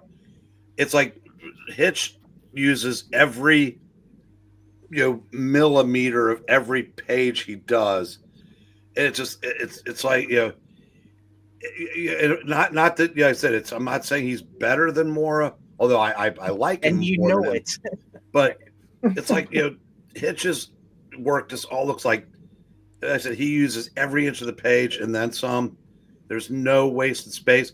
Vince Coletta, I don't know if he could have erased his way out of Brian Hitch panels, but I said I think he's just gotten. Whereas other artists that have a kind of unique style become funhouse mirrors of themselves as they get older. Todd McFarlane, for example. Hitch just keeps getting better. It's true. So that's on my list. Good list. Thank you, sir. Kitty Cat. So mine is all three of the Jeff Johns artists. So Brian Hitch Brian Hitch does which one again? Red Coat. Yes. All right. Yeah, I forgot who does what. Fabach for Rook and Gary Frank for Geiger itself. If Geiger. I got those two, managed to match all of them right. Mhm. Then we have honorable mentions is Marco Chichitos for. I know you're gonna say Ultimate Chichito. Spider-Man. That's really- I do not have Dan Moore on this list because he doesn't deserve to be on this list. Ooh. I also did not have Dan Moore on my list as well. Yeah. Evil Black Cat. So you're not alone. And I like him. Okay, but he wasn't that's good okay. enough. I got enough love for him. He's okay. That's all right. I love him too. He just wasn't good enough for my top four. and my number one artist for this year, even though he only did 3 issues so far, it is Dexter Stoy for Nightwing. Nice. Okay. Killer. I think Evil Black Cat's a Nightwing fan. You know what's Just crazy? a little bit. There's so much talent at Ghost Machine that somebody who you could make a legitimate case for being better than the 3 that have been mentioned didn't get mentioned. Who's that? Ivan Rice. Oh yeah. Mm, Oh yeah. it's true. Yeah, on Hyde Street. Yeah, didn't he do Hyde Street? I think he's doing it. Yeah. Yeah. Yeah, it was pretty crazy. Crazy good stuff. Yeah, I'm looking at. Yeah. Wow. Yeah, I forgot. even Germanico didn't get a mention. Yeah. I forgot they had one for my bacteria. I forgot about it. Jamal Campbell didn't get a mention either. Seisman Kudransky Or Interesting. Tom Phillips. from Something Epic. Or Jacob Phillips. Yeah. Or Phil Hester. Yeah, there's a reason for that, Zach. We've been over that. Yeah, It's funny though the way different people interpret art. They said, a couple people on Zach's list, I'm not impressed with at all, and I'm amazed that he rated it ahead of Dan Moore, who I've heard him speak highly of. And this is not a knock, and I'm not doing a bit. No. I think I know. it's amazing how, because honestly, I think art is more subjective than writing. I really do. I agree. I think you're right. Wow. I'm surprised Riley Rothmo didn't make anyone's list. I know. Well, we didn't have Not that subjective. Yeah. So the other thing I said, like I had so many to choose from. Walter Giovanni on Red Sonja has actually brought the quality of the book up. He got along with having Torrin Grunbeck as the writer, who also didn't mention because there's just so many books that Yeah. I'm really enjoying. All right.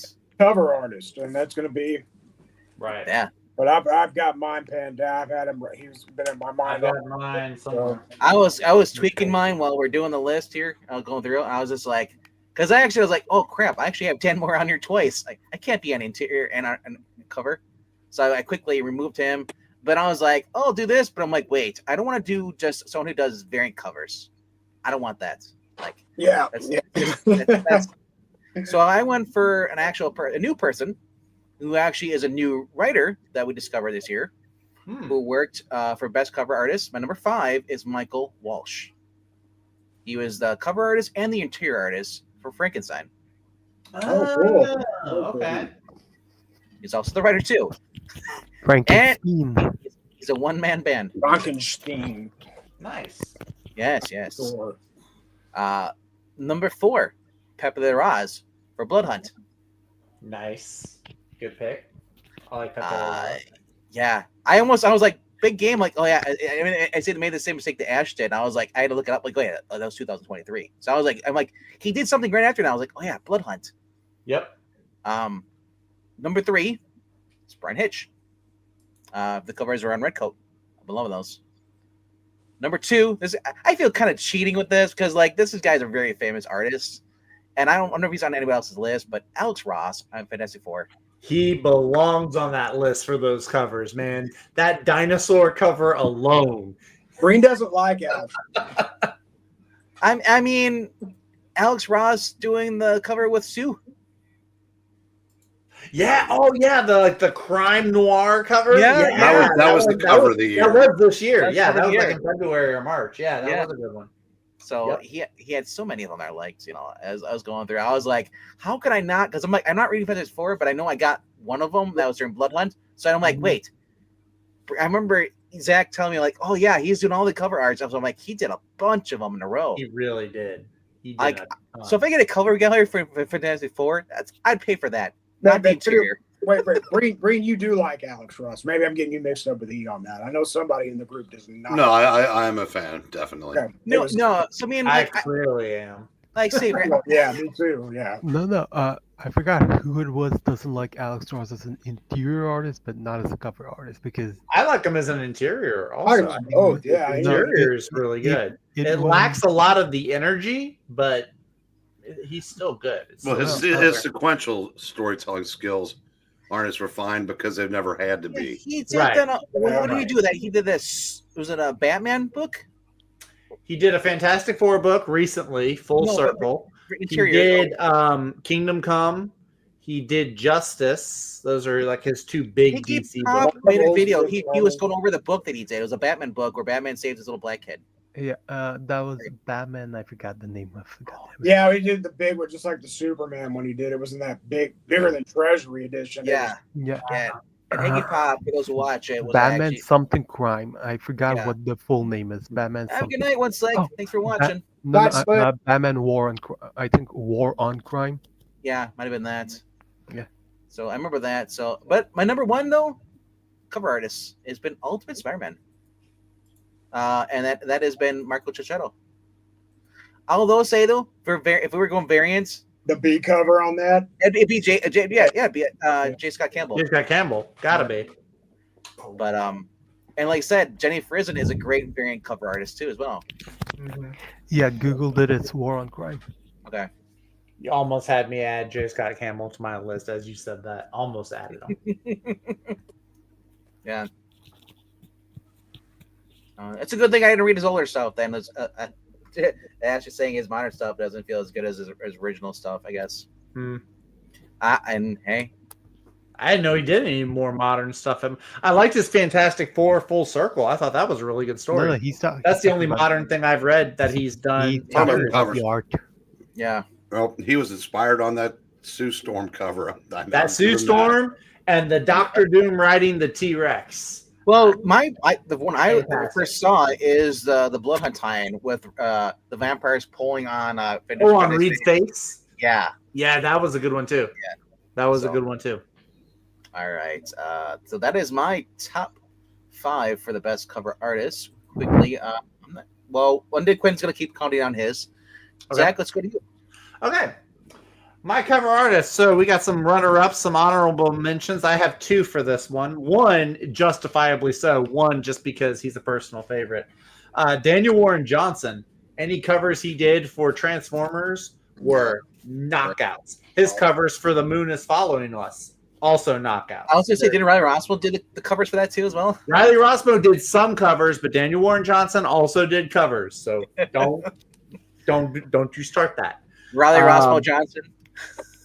I'll also include, because he's the personal favorite of mine, Phil Hester for his Green Arrow covers. That just takes me back to I call him Phil.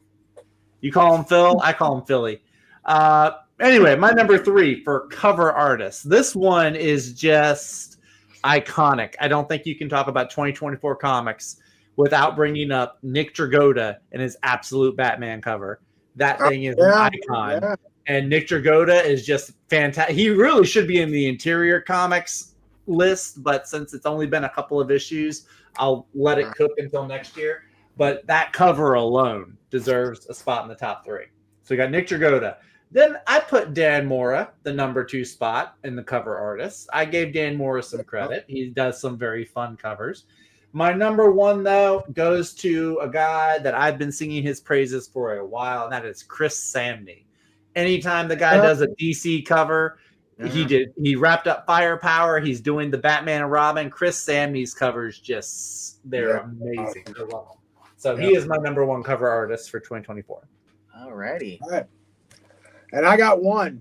And let's get back to Alex Ross here real quick. It's not Alex Ross, but it's clearly this guy who I'm about to mention is inspired by Alex Ross. And I'm going with Francisco Mattina for his covers on Space Ghost. All Oh yeah, okay. boom, all of them hit hard. They're all awesome. All the A covers. I like where the variant artist was doing like the 60s look. Yeah, that was cool. That was cool. Yeah. But if I had a variant list, that would definitely be considered. If we had a variant list, we'd be here forever. Oh, I know. I'm talking about what that would look like. Well, then again, there's why only 5 people do variants. Number 1B, number 1C. I feel like there probably only about 10 people in the comic industry that are doing variants. The rest are just the that's it. Yeah. But anyway, alrighty then. Moving on to Mr. Geek Gizzy. Was Batman, Joker, Deadly Duo, was that Last year. 2024? That was 23. Okay, Yeah. then never mind. Peace Momoko. I'm kidding. Came out of left field. I just don't like her stuff. I was just being kind of an a-hole. Boomer. Alex. No, there's only one boom. I'm Gen X. There's only one boomer here, and that's to my left. Yeah. Jay's ready to go. And Speak easy, jeez.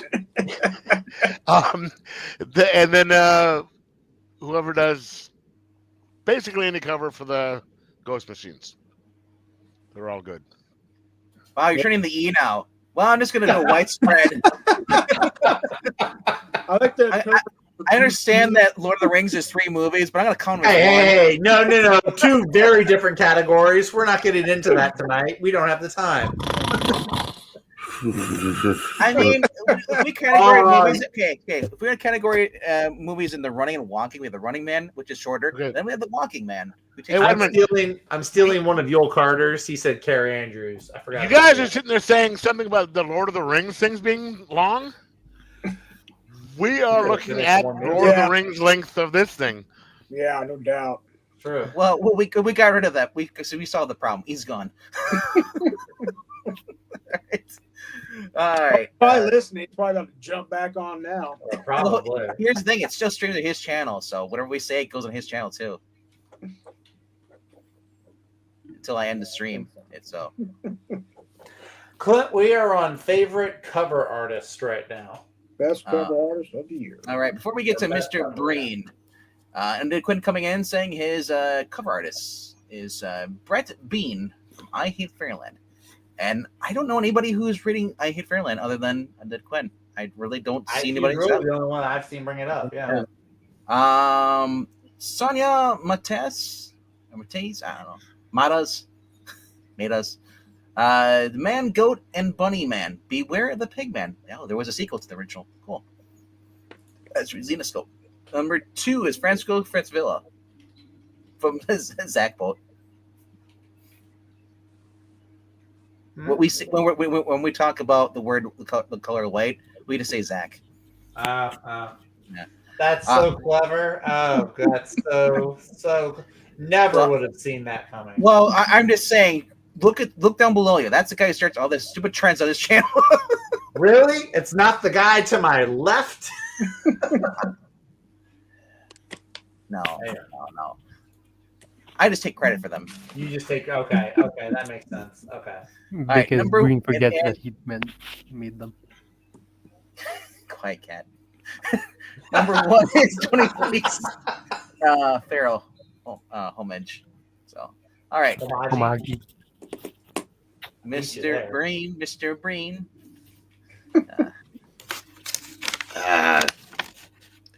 I didn't really. Yeah, I guess I would say Alex Ross, but I only bought one book with an Alex Ross cover this year, which was that Fantastic Four. So I'm just gonna pretty much go with like the guys from Ghost Machine that do their own covers. Yeah, Gary Frank, Brian Hitch, Chichetto for the Ultimate Spider-Man. Or is that? I'm sorry, Chichitos. Ultimate Spider-Man. Chichito. Cheeto. Yeah, so yeah, that'll do. Marco Trump. That'll do, pig. That'll do. Marco Stunt, or what was the name of it? Michael Sunnyhead, yes, from AW. All right. You a black cat? Let's get with your list here. I will copy. What say Breen- you? I will copy Breen with the fact that I don't actually pay attention to who's doing the covers. Kerry Andrews did his own Spider-Man Reign, number 2. He did the Wolverine Revenge cover from Hickman. He also did X-Men #1. He did So a variant for- I'm going to go with Marco Chichitos on Ultimate Spider-Man because those are really nice covers, and because he does so much of the Marvel covers, I am going to go with Lesser Axel Braun, which is Alex Ross. Hickman said it, not me. What? Alex I Ross forgot. is Lesser Axel Braun. That's He's a like, really I'm out of weird here. way to phrase it. Okay, crunchy or puffs? You keep saying Chichito, so what's your Cheetos are the crunchy ones. Puffs are just called cheese puffs. It's flaming hot Marco Chichitos. I'm pretty sure he has a family. Anyway, I knew that was coming. I know. That's what she said. Hey, all right. Anyway, I hate it here. Yeah. you hate it here. No, I'm just kidding. That was a joke. And of course, the others, Dexter Soy, the Ghost Machine crowd. But if I have to pick one, I'm just gonna cheat and say Alex Ross. All right. So Zach, let me give you one that just to go on those lines. There's a Peter Frampton album. The follow-up to Frampton Comes Alive was called I'm in You. And Super 70 Sports did a post and said, if you have to tell her.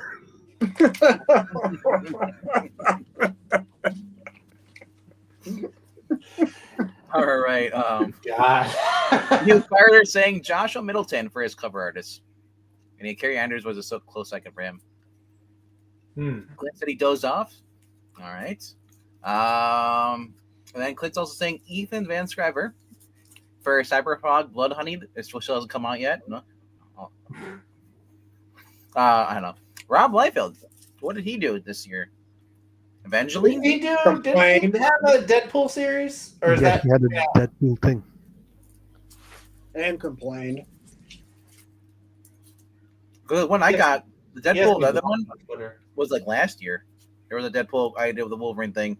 But I don't think he was. There was one you're reading, but I don't think that was him writing though. Bad Blood was 2023. But Stan Sakai, John McTeague, and Alex Ross. And Jackson said, I can chime in on this one. Finally, a book I read.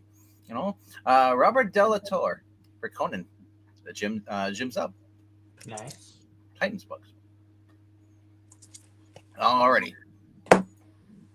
On to the best comic book company of the year. And we broke up Image, so the Image. I hate doing the blanket effect where you just say Image. They are the publisher, though. It is not imprints. It is. That's why I said company. Because Zach was being like, technically, I did me. Well, so Zach was what being side did you accurate? come on now? What side did you come down on then? What do you mean? Are you allowed to say Ghost Machine, or does it have to be Image? No, you don't have to say No, Image. You no can, Image. you There's can no say, way. you You can have to- say Skybound, Miller World, Man Cave, Titans, Image, Ghost Machine. So Zach gives his approval. I'll allow. It's not my channel, so I actually do. I'm just a guest here. I called Dalton. He said it was okay. Dalton said it was okay. He authenticated it. Oh, did he really? Okay, sure. Dalton said a lot of things, but the TLDR is It was a too long long to explain, so we'll just say he said It was okay. a long-winded answer, okay? We just hung up before the stream. The TLDR was too long. You didn't read it, And he's still talking. He doesn't know you hung up. which is what TLDR stands for. All right. So my ranking for the comic book companies of the year, and my list is pretty much indies. Because Marvel and DC kind of dropped the ball compared to these other ones, so they're really not on my list. If they are, they're in the top 10, but they're towards the end. Number 5 is Titan Comics, which has been great with Conan the Barbarian. Not so much with Gun Honey. Wow, did that series just fall off?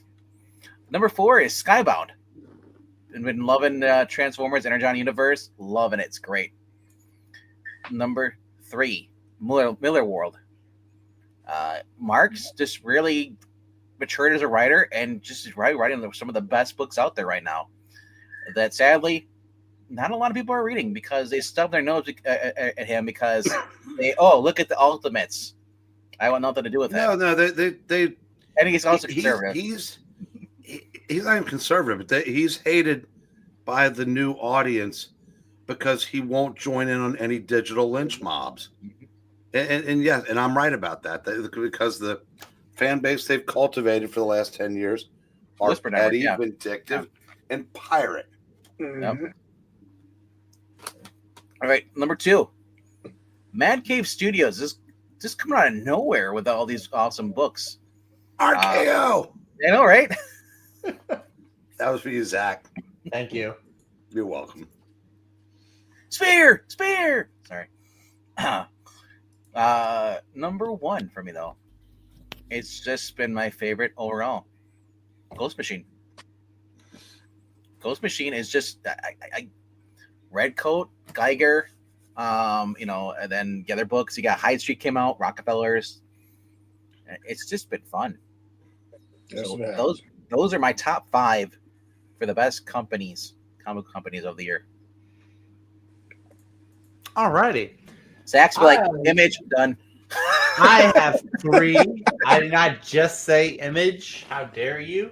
You got 2 others, then you say Image, right? I have no runner-up. There is no 4th runner-up here.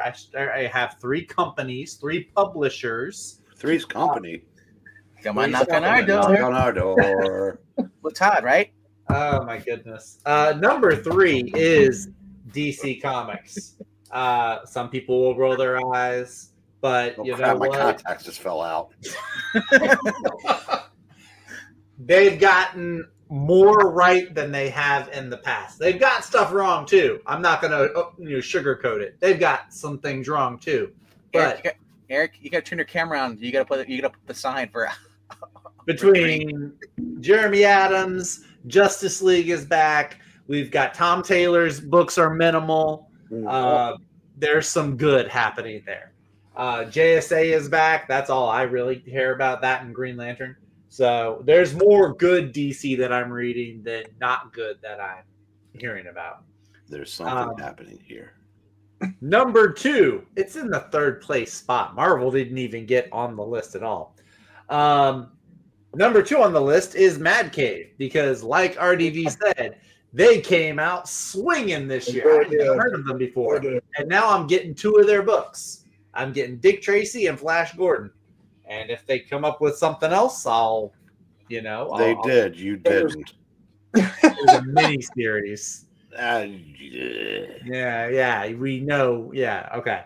But my number 3, and it may be cheating to some people. I don't really care because it's a publisher, and that is Image. Because between Skybound and what was the other one? Ghost Machine.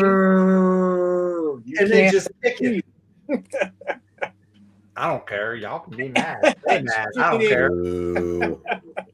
Somebody's got to stick to the rule. We can't just rewrite language to make it easy. That you are breaking the rule though. You generalized Image. I said publisher. That was the original category. Was publisher of the year. Image is a publisher. Skybound is not a publisher. Okay. So I guess I could add a runner-up. I guess I could say Miller World or Dark Horse, who funds and supports Miller World. So I could throw them in there. They could be the fourth. Actually, I'll do Miller World in the third place spot, and I'll move DC to the runner-up. So there you go. It goes DC, Dark Horse, Mad Cave, Image. Okay. So yeah. All right. Ghost Machine. That's it. Ghost Machine. Wow. You know, that would have been more impressive if you'd had a microphone I down know, there. It would have right? went, boom! Well, he could have looked up his phone and dropped it. Yeah. iPad. Boom.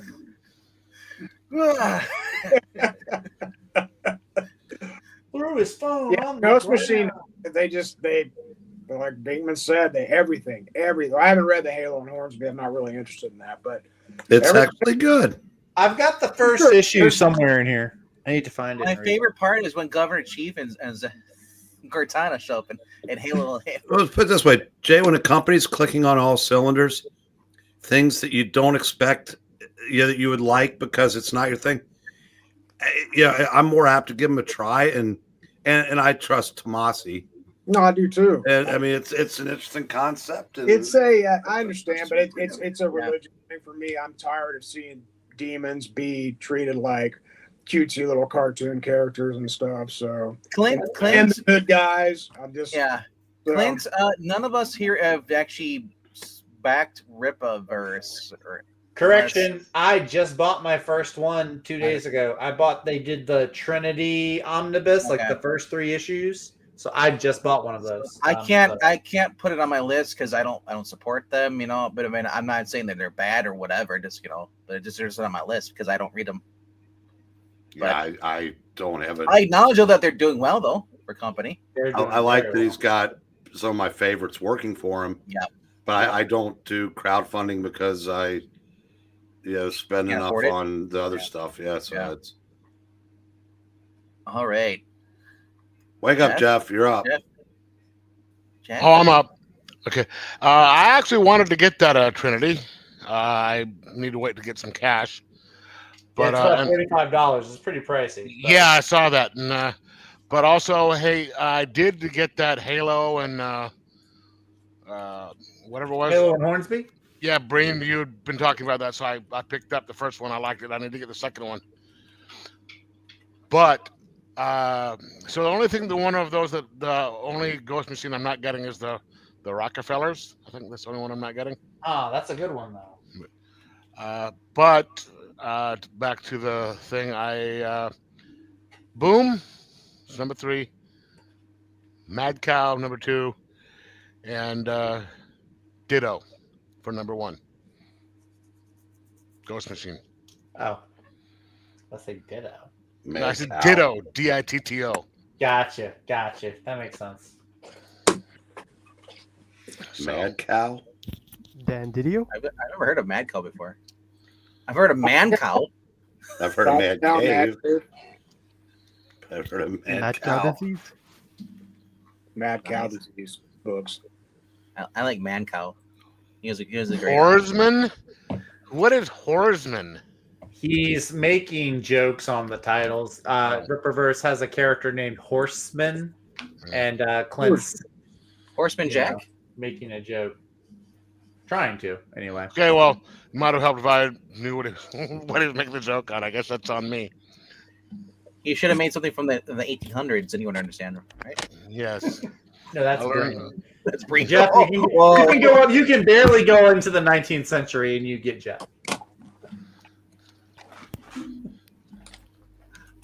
Turning into Evil Black Cat. I said I was going to be nice this year, and I've turned into Evil Black Cat in like 2 hours.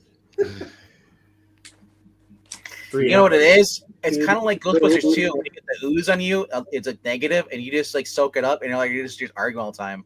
That's what it is. You know. Alrighty. Evil Black Cat, what is your... Actually, no, we're not... it's actually Eric's turn. Eric. Yeah. All right, number 5, DC. Wow. It's like what Zach said, they've taken slightly more steps forward than times that they've shot themselves in the foot. It's not much, but they are at least inching into a positive direction. Vindication. Number 4, Dynamite. Space Ghost and Johnny Quest have both been among my favorites. So that's You say Dynamite? I'm so excited. and I just can't hide it. That's number 3, representing Image Comics, Ghost Machine. And when you're so excited, can you just can't hide it? We just did that bit. He just Try to did keep that. up. Yeah. Are you going to Okay, take I'm it to Lane? Uh-huh. You were still buffering. Number 2, representing the great company of Dark Horse, Miller World. And number 1, I took him to the top because I said, Mad Cave, are you kidding me? I mean, they went from who to Whose house? My kid's Worms. house. Well, that too. Yeah, Ash. It's easy to forget the 2 graphic novels he did because it's been several months, and I've got comics on the brain. But yeah, it should be mentioned that Image also publishes the best writer in comics, who does graphic novels instead of comics now. And I really hope to see. Yeah, I think next year we're getting the next. I think there's gonna be another Reckless. Oh, Yeah. awesome. I hope, because I said it, because I said the last 3 things he's done I haven't liked as much, but it's still better than 99.9% of other people's work. So there's Even his bad stuff is. there's no there is bad such stuff. thing. It's- Yeah, there is no such thing as his bad. But even some of his not as good stuff is better than anything most people write I agree. at all. But yeah, like I said, if you told me that, like I said, Dick Tracy, Vendors of the Flash Earth. Gordon, Kosher Mafia, they just really had an unexpectedly really good year. I mean, Sanction was a standalone from was it Red Scout or was it Mad Cave? That was Mad Cave. That might have been actually. Mad Cave too. If it it was. was, it's even more so. Yeah, and Reckless is how I got turned on to Brubaker. I bought the first one and I was like, "Oh, this guy's awesome!" And then I just realized how much stuff he'd done, and I'm on a tear to get all of his stuff. The only thing I don't have is the first Captain America, and there might be one, 2 other things of his that I don't have. The thing with Brubaker, if he puts a book out in the beginning of the year, I forget it by the end of the year because he's only doing one thing. There's so many other books I'm reading. Well, I think there were 2 this year, but I think the second one was late summer, possibly. And yeah, I said I have a tendency to forget the things that aren't in the right now. But you can make Yeah, little jokes there. one of them was Where the Body Was, and another one, It made the list. One of the lists that we went over on New Year's Eve. Yeah. God, yeah. you gotta be kidding me. So he did 2 of them, and they weren't some of his best work, but. well, Friday was. I was gonna say I don't remember it's Friday, but that's old. Yeah. That's 2 years So, old. Kat, you're up. Wow. All right, so I'm going to have 3, like everyone else. There's just 3 on my list.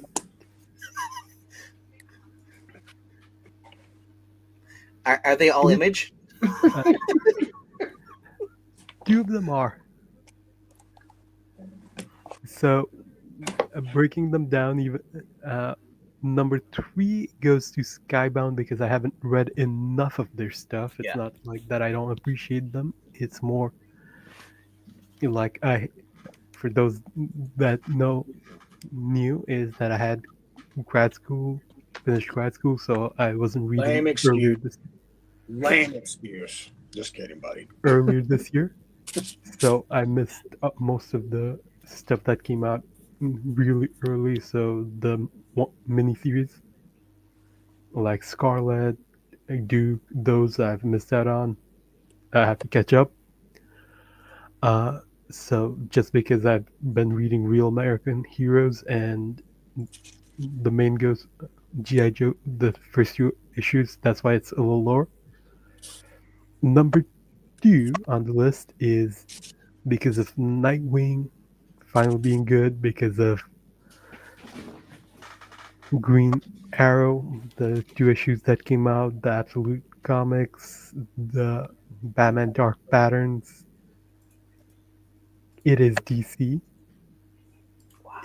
It normally is number 1, but something finally eclipsed it as number 1, and number 1 is Ghost Machine.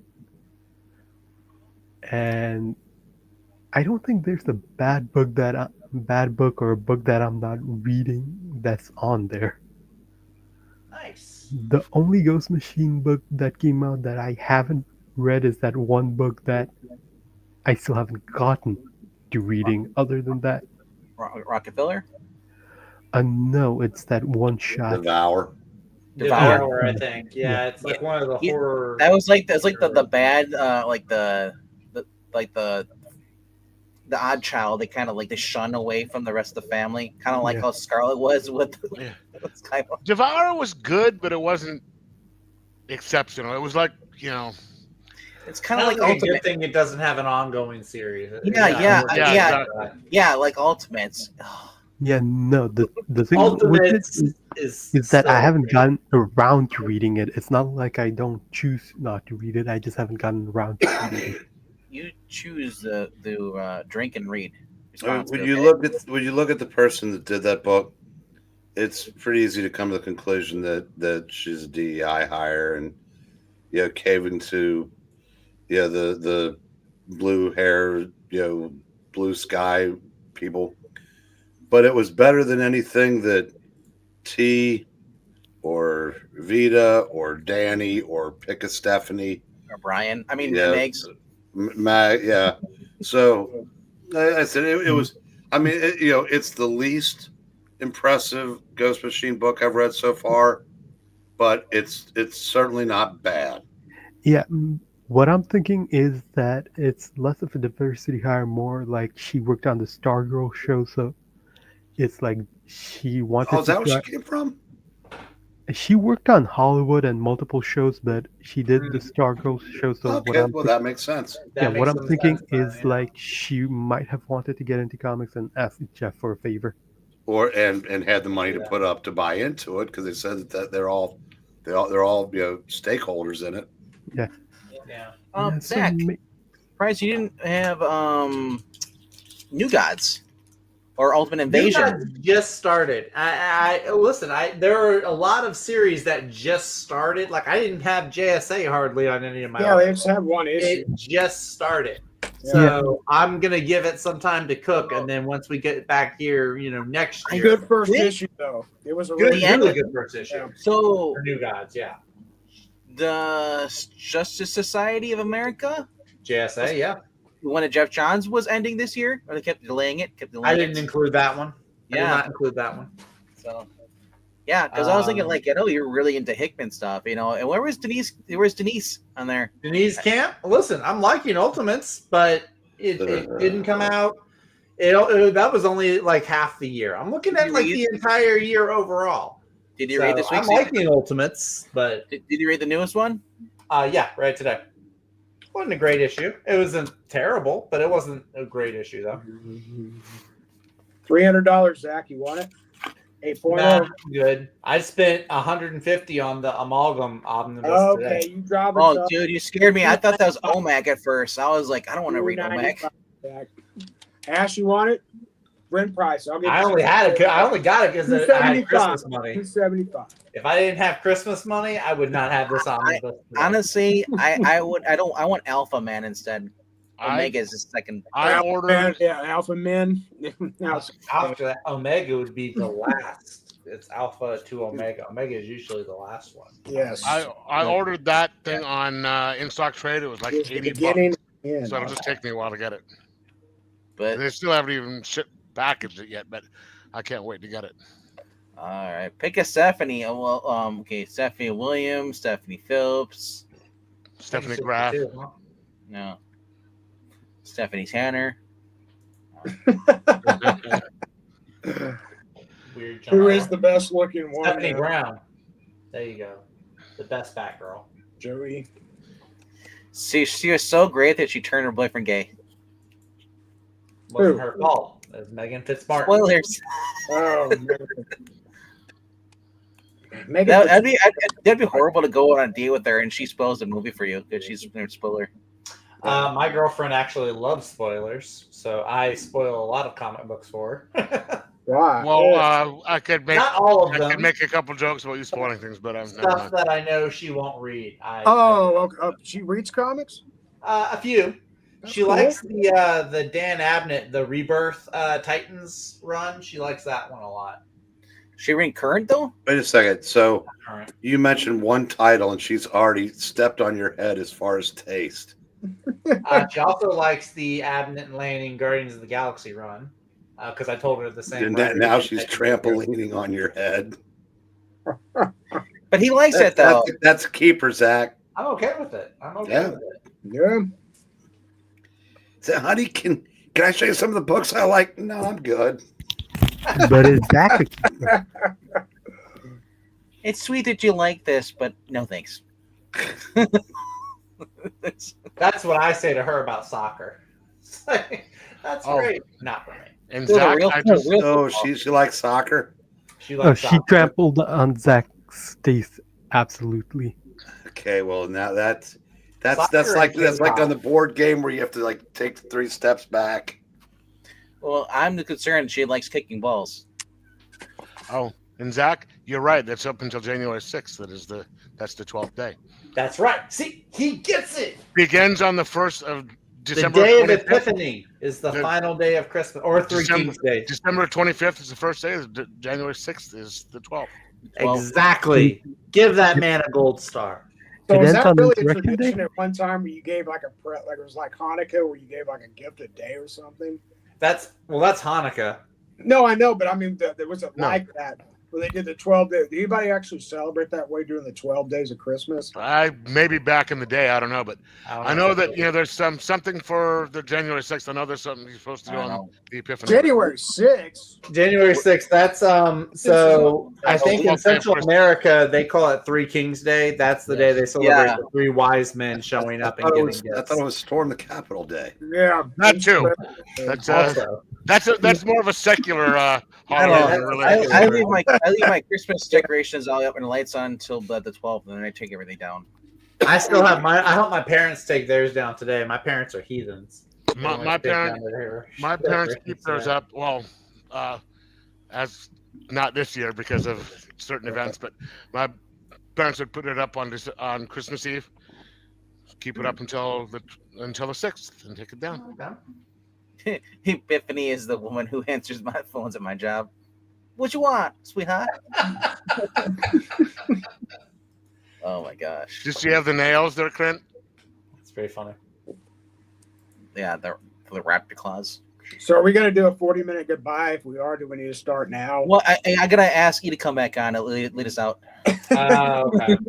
So, yeah. So there you go. 3 hours. Wow. It's a Lord of the Rings movie with No, none of the no, walking. no, this Return was of the King extended version. This was No, that's interesting. 4 hours. That's Hold a 4 on, hour hold one. on. Breen saying something very important. Because no, Zach, this was interesting. Ah! Yeah, less walking too. Taste is yeah, exactly. So it's less healthy. It's just a bunch of us sitting here. For 3 hours listening to Zach talk about books that aren't great. I should have gone and get on. No, you have a pretty good list, man. I had some good lists. I had Good don't stuff. forget you, Vic, man. I had I some had some good good lists. picks. What you talking about, boy? Listen, half the panel picked DC as a top 3 company. Yeah, so Impressed with that, man. Dude. No, I have Good to top hear. 5 here. Top 5. For, Wait. for So me. top 5. 3. So that means you guys are gonna get indoctrinated, right? Well, I got it real quick. My honorable mentions for best Marvel book of the year, easily Ultimate Spider-Man. Best DC book, Absolute Superman. With all due respect to Absolute Batman, Superman is gaining ground on Batman really quick. I love it. It's Yeah, getting I love really it good. from the start. I'm appalled at you guys for praising Jason Aaron. He's nailed All that Jason Aaron's writing something good. Hey, Yeah. That's what I'm appalled at. wouldn't it be Who Jason gave him A. the right? it. Aaron, yeah. You know what it is? Here's what it is. You know how every time Dan Slott writes something and it comes out good, we just say it's Christos Gage, but Dan Slott takes the credit? I'm going to say Scott Snyder is the one coming up with the stories for Absolute Superman, and that Jason Aaron's just taking the credit. Because the whole Absolute thing, that's Scott Snyder's baby. Like, he's Is the it one really? yeah, but Absolute Batman, he's obviously writing. But like Right. all the like, he's been one of the biggest advertisers of it on social media. So Isn't he- it I would not thought- surprise me. I if thought the Scott whole Snyder Absolute wrote- Universe was his thing. Wait, what's that? Wasn't he in charge of the whole Absolute Universe? Yeah, he is the showrunner for the whole Absolute thing. So it would not surprise me if he had like at least the general story of it written out himself. Yeah. And then He's Jason the Aaron whole made- effing show. Yeah, Yeah. would not surprise me anyway. Me too. Alrighty though. No. It's RDV. Rob Damban. I didn't have a top 5 this week, Jackson. I only got 4. I didn't get a fifth because I'm waiting to see what people say about Wolverine and Deadpool. It's probably the same as the other iteration I have. If it's a miniseries or if it's You read that World War III one though. I read the first issue of the World War III one. Yeah. I didn't. Your brain getting angry. Huh? Oh, I thought you were getting because the No. Breen doesn't get angry. He's just Annoyed. yeah. Jackson, we did that at the beginning. Did what? Yeah. Showed the top 5 of the week. We did. Ow. Once you pick stuff up, we did You that at were the beginning. here. Yeah. He doesn't pay attention to You've been here, Jackson. Hey, still in 35 cents. Hours. Unbelievable. If you guys want to watch the first, actually the whole entire show of this, go to Geeky Puppet Show. We are broadcasting to comics about an hour into the stream. We're now at the end of almost 3 hours and 21 minutes. So, I think the basketball game's over now. We can go watch. Is there a basketball one? I'm just saying that's usually how these go. I know the bowl game was tonight. I think the Sugar Bowl. We've Notre Dame won. we've washed up on the Uncharted Island. I'm actually kind of surprised they did the Sugar Bowl so soon after yesterday. I thought they would have postponed. Go Notre it. Well, after they decided that the 4 people that planted explosives didn't exist Yeah, right. I saw that. and said that it was one person. It was There's one person. always just one person, right? It was 3 people looking in the cooler to see if there's any booze, which is, yeah, that sounds about right. Right. Madness. So you want to, okay, Jackson, top 5 this week? I'll tell you what books I got. Batman Full Moon, number 3. JSA, number 3. And Vampires Carmilla and Walking Dead, 104. And, a back issue, 157. My shops did not have Cryptology, number 2. Or Terror and the Fury. But they did have back issue? Yeah. How is it that parts of the country get So those week before the my other? normal shop did not have any books not until tomorrow. Mm. So that's 2 days. The owner right now is in the hospital, so he's been having problems with heart Ew. problems.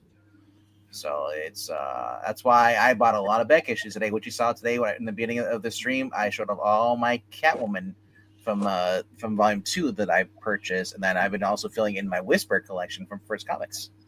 So that's what I've been doing for the past 2 days, because That Whisper looks good, man. That's a good picture. any femme fatale stuff like this, like Catwoman stuff, I love that. I just love those kind of stories. You actually have a female lead, and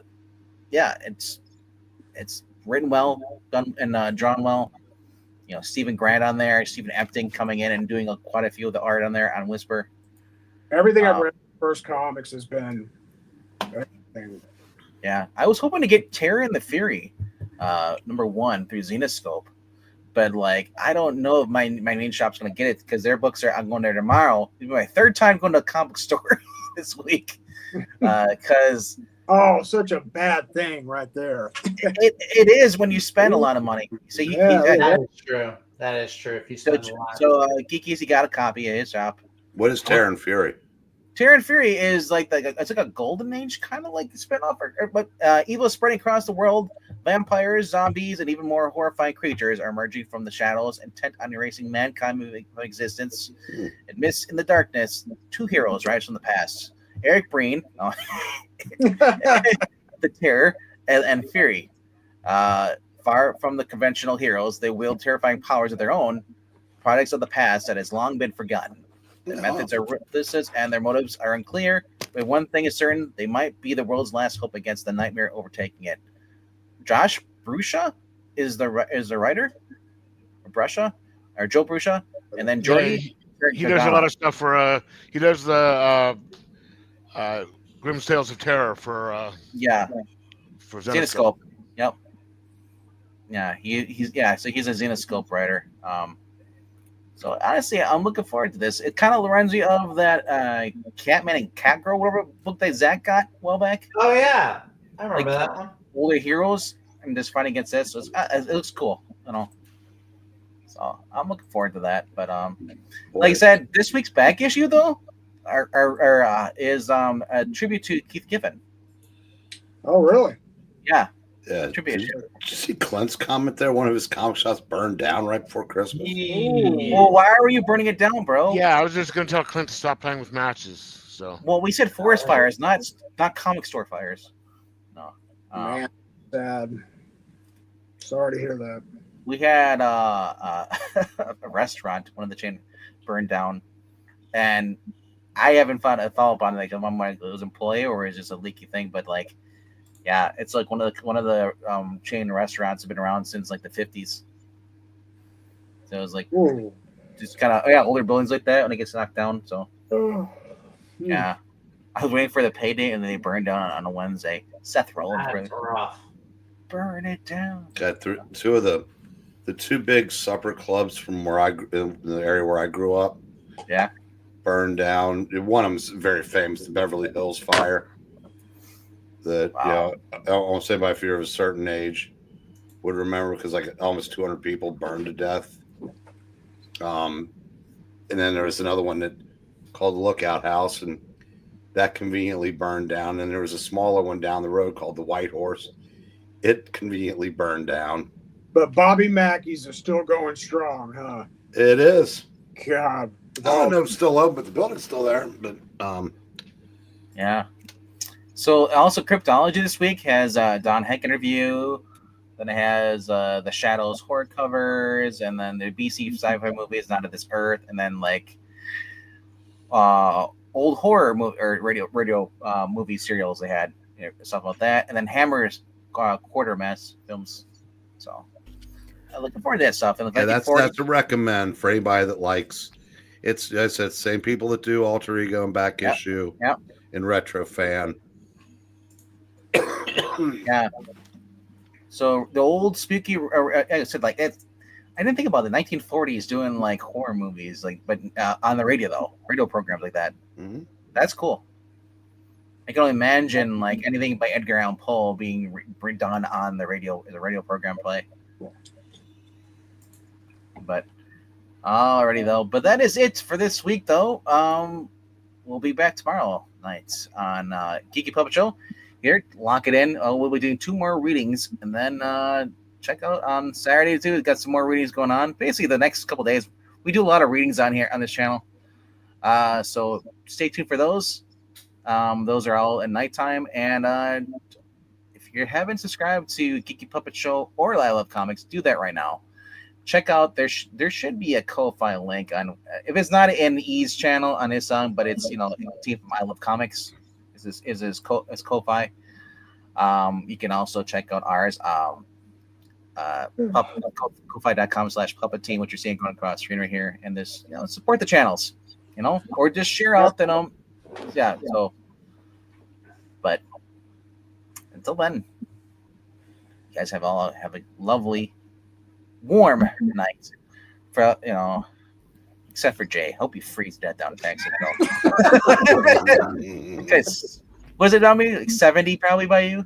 No, it's in the mid 40s. Yeah, like so you got a sweater on, but I'm like that could be anything. I don't know. Maybe he's got the AC on because he was sweating outside. It's 2 degrees out according to my computer, and I'm about ready to try and leave to get to the movie is on time. Yeah. What are you gonna say? We're in the North Pole, so It's going to be what is it called? The Bloody Axe Wound. Yeah. Oh, that's not Sonic the Hedgehog 3. Yeah. So it's 20 degrees here too. So hello, It's 30 cheeseburger. degrees here. But we are leaving right now, and we'll see you guys when we see you. adios. See ya. Read good comics and start forest fires, kids.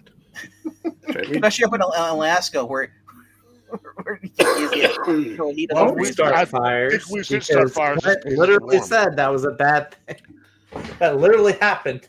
Good night, Don't kids. start fires. Night. See ya. Good night.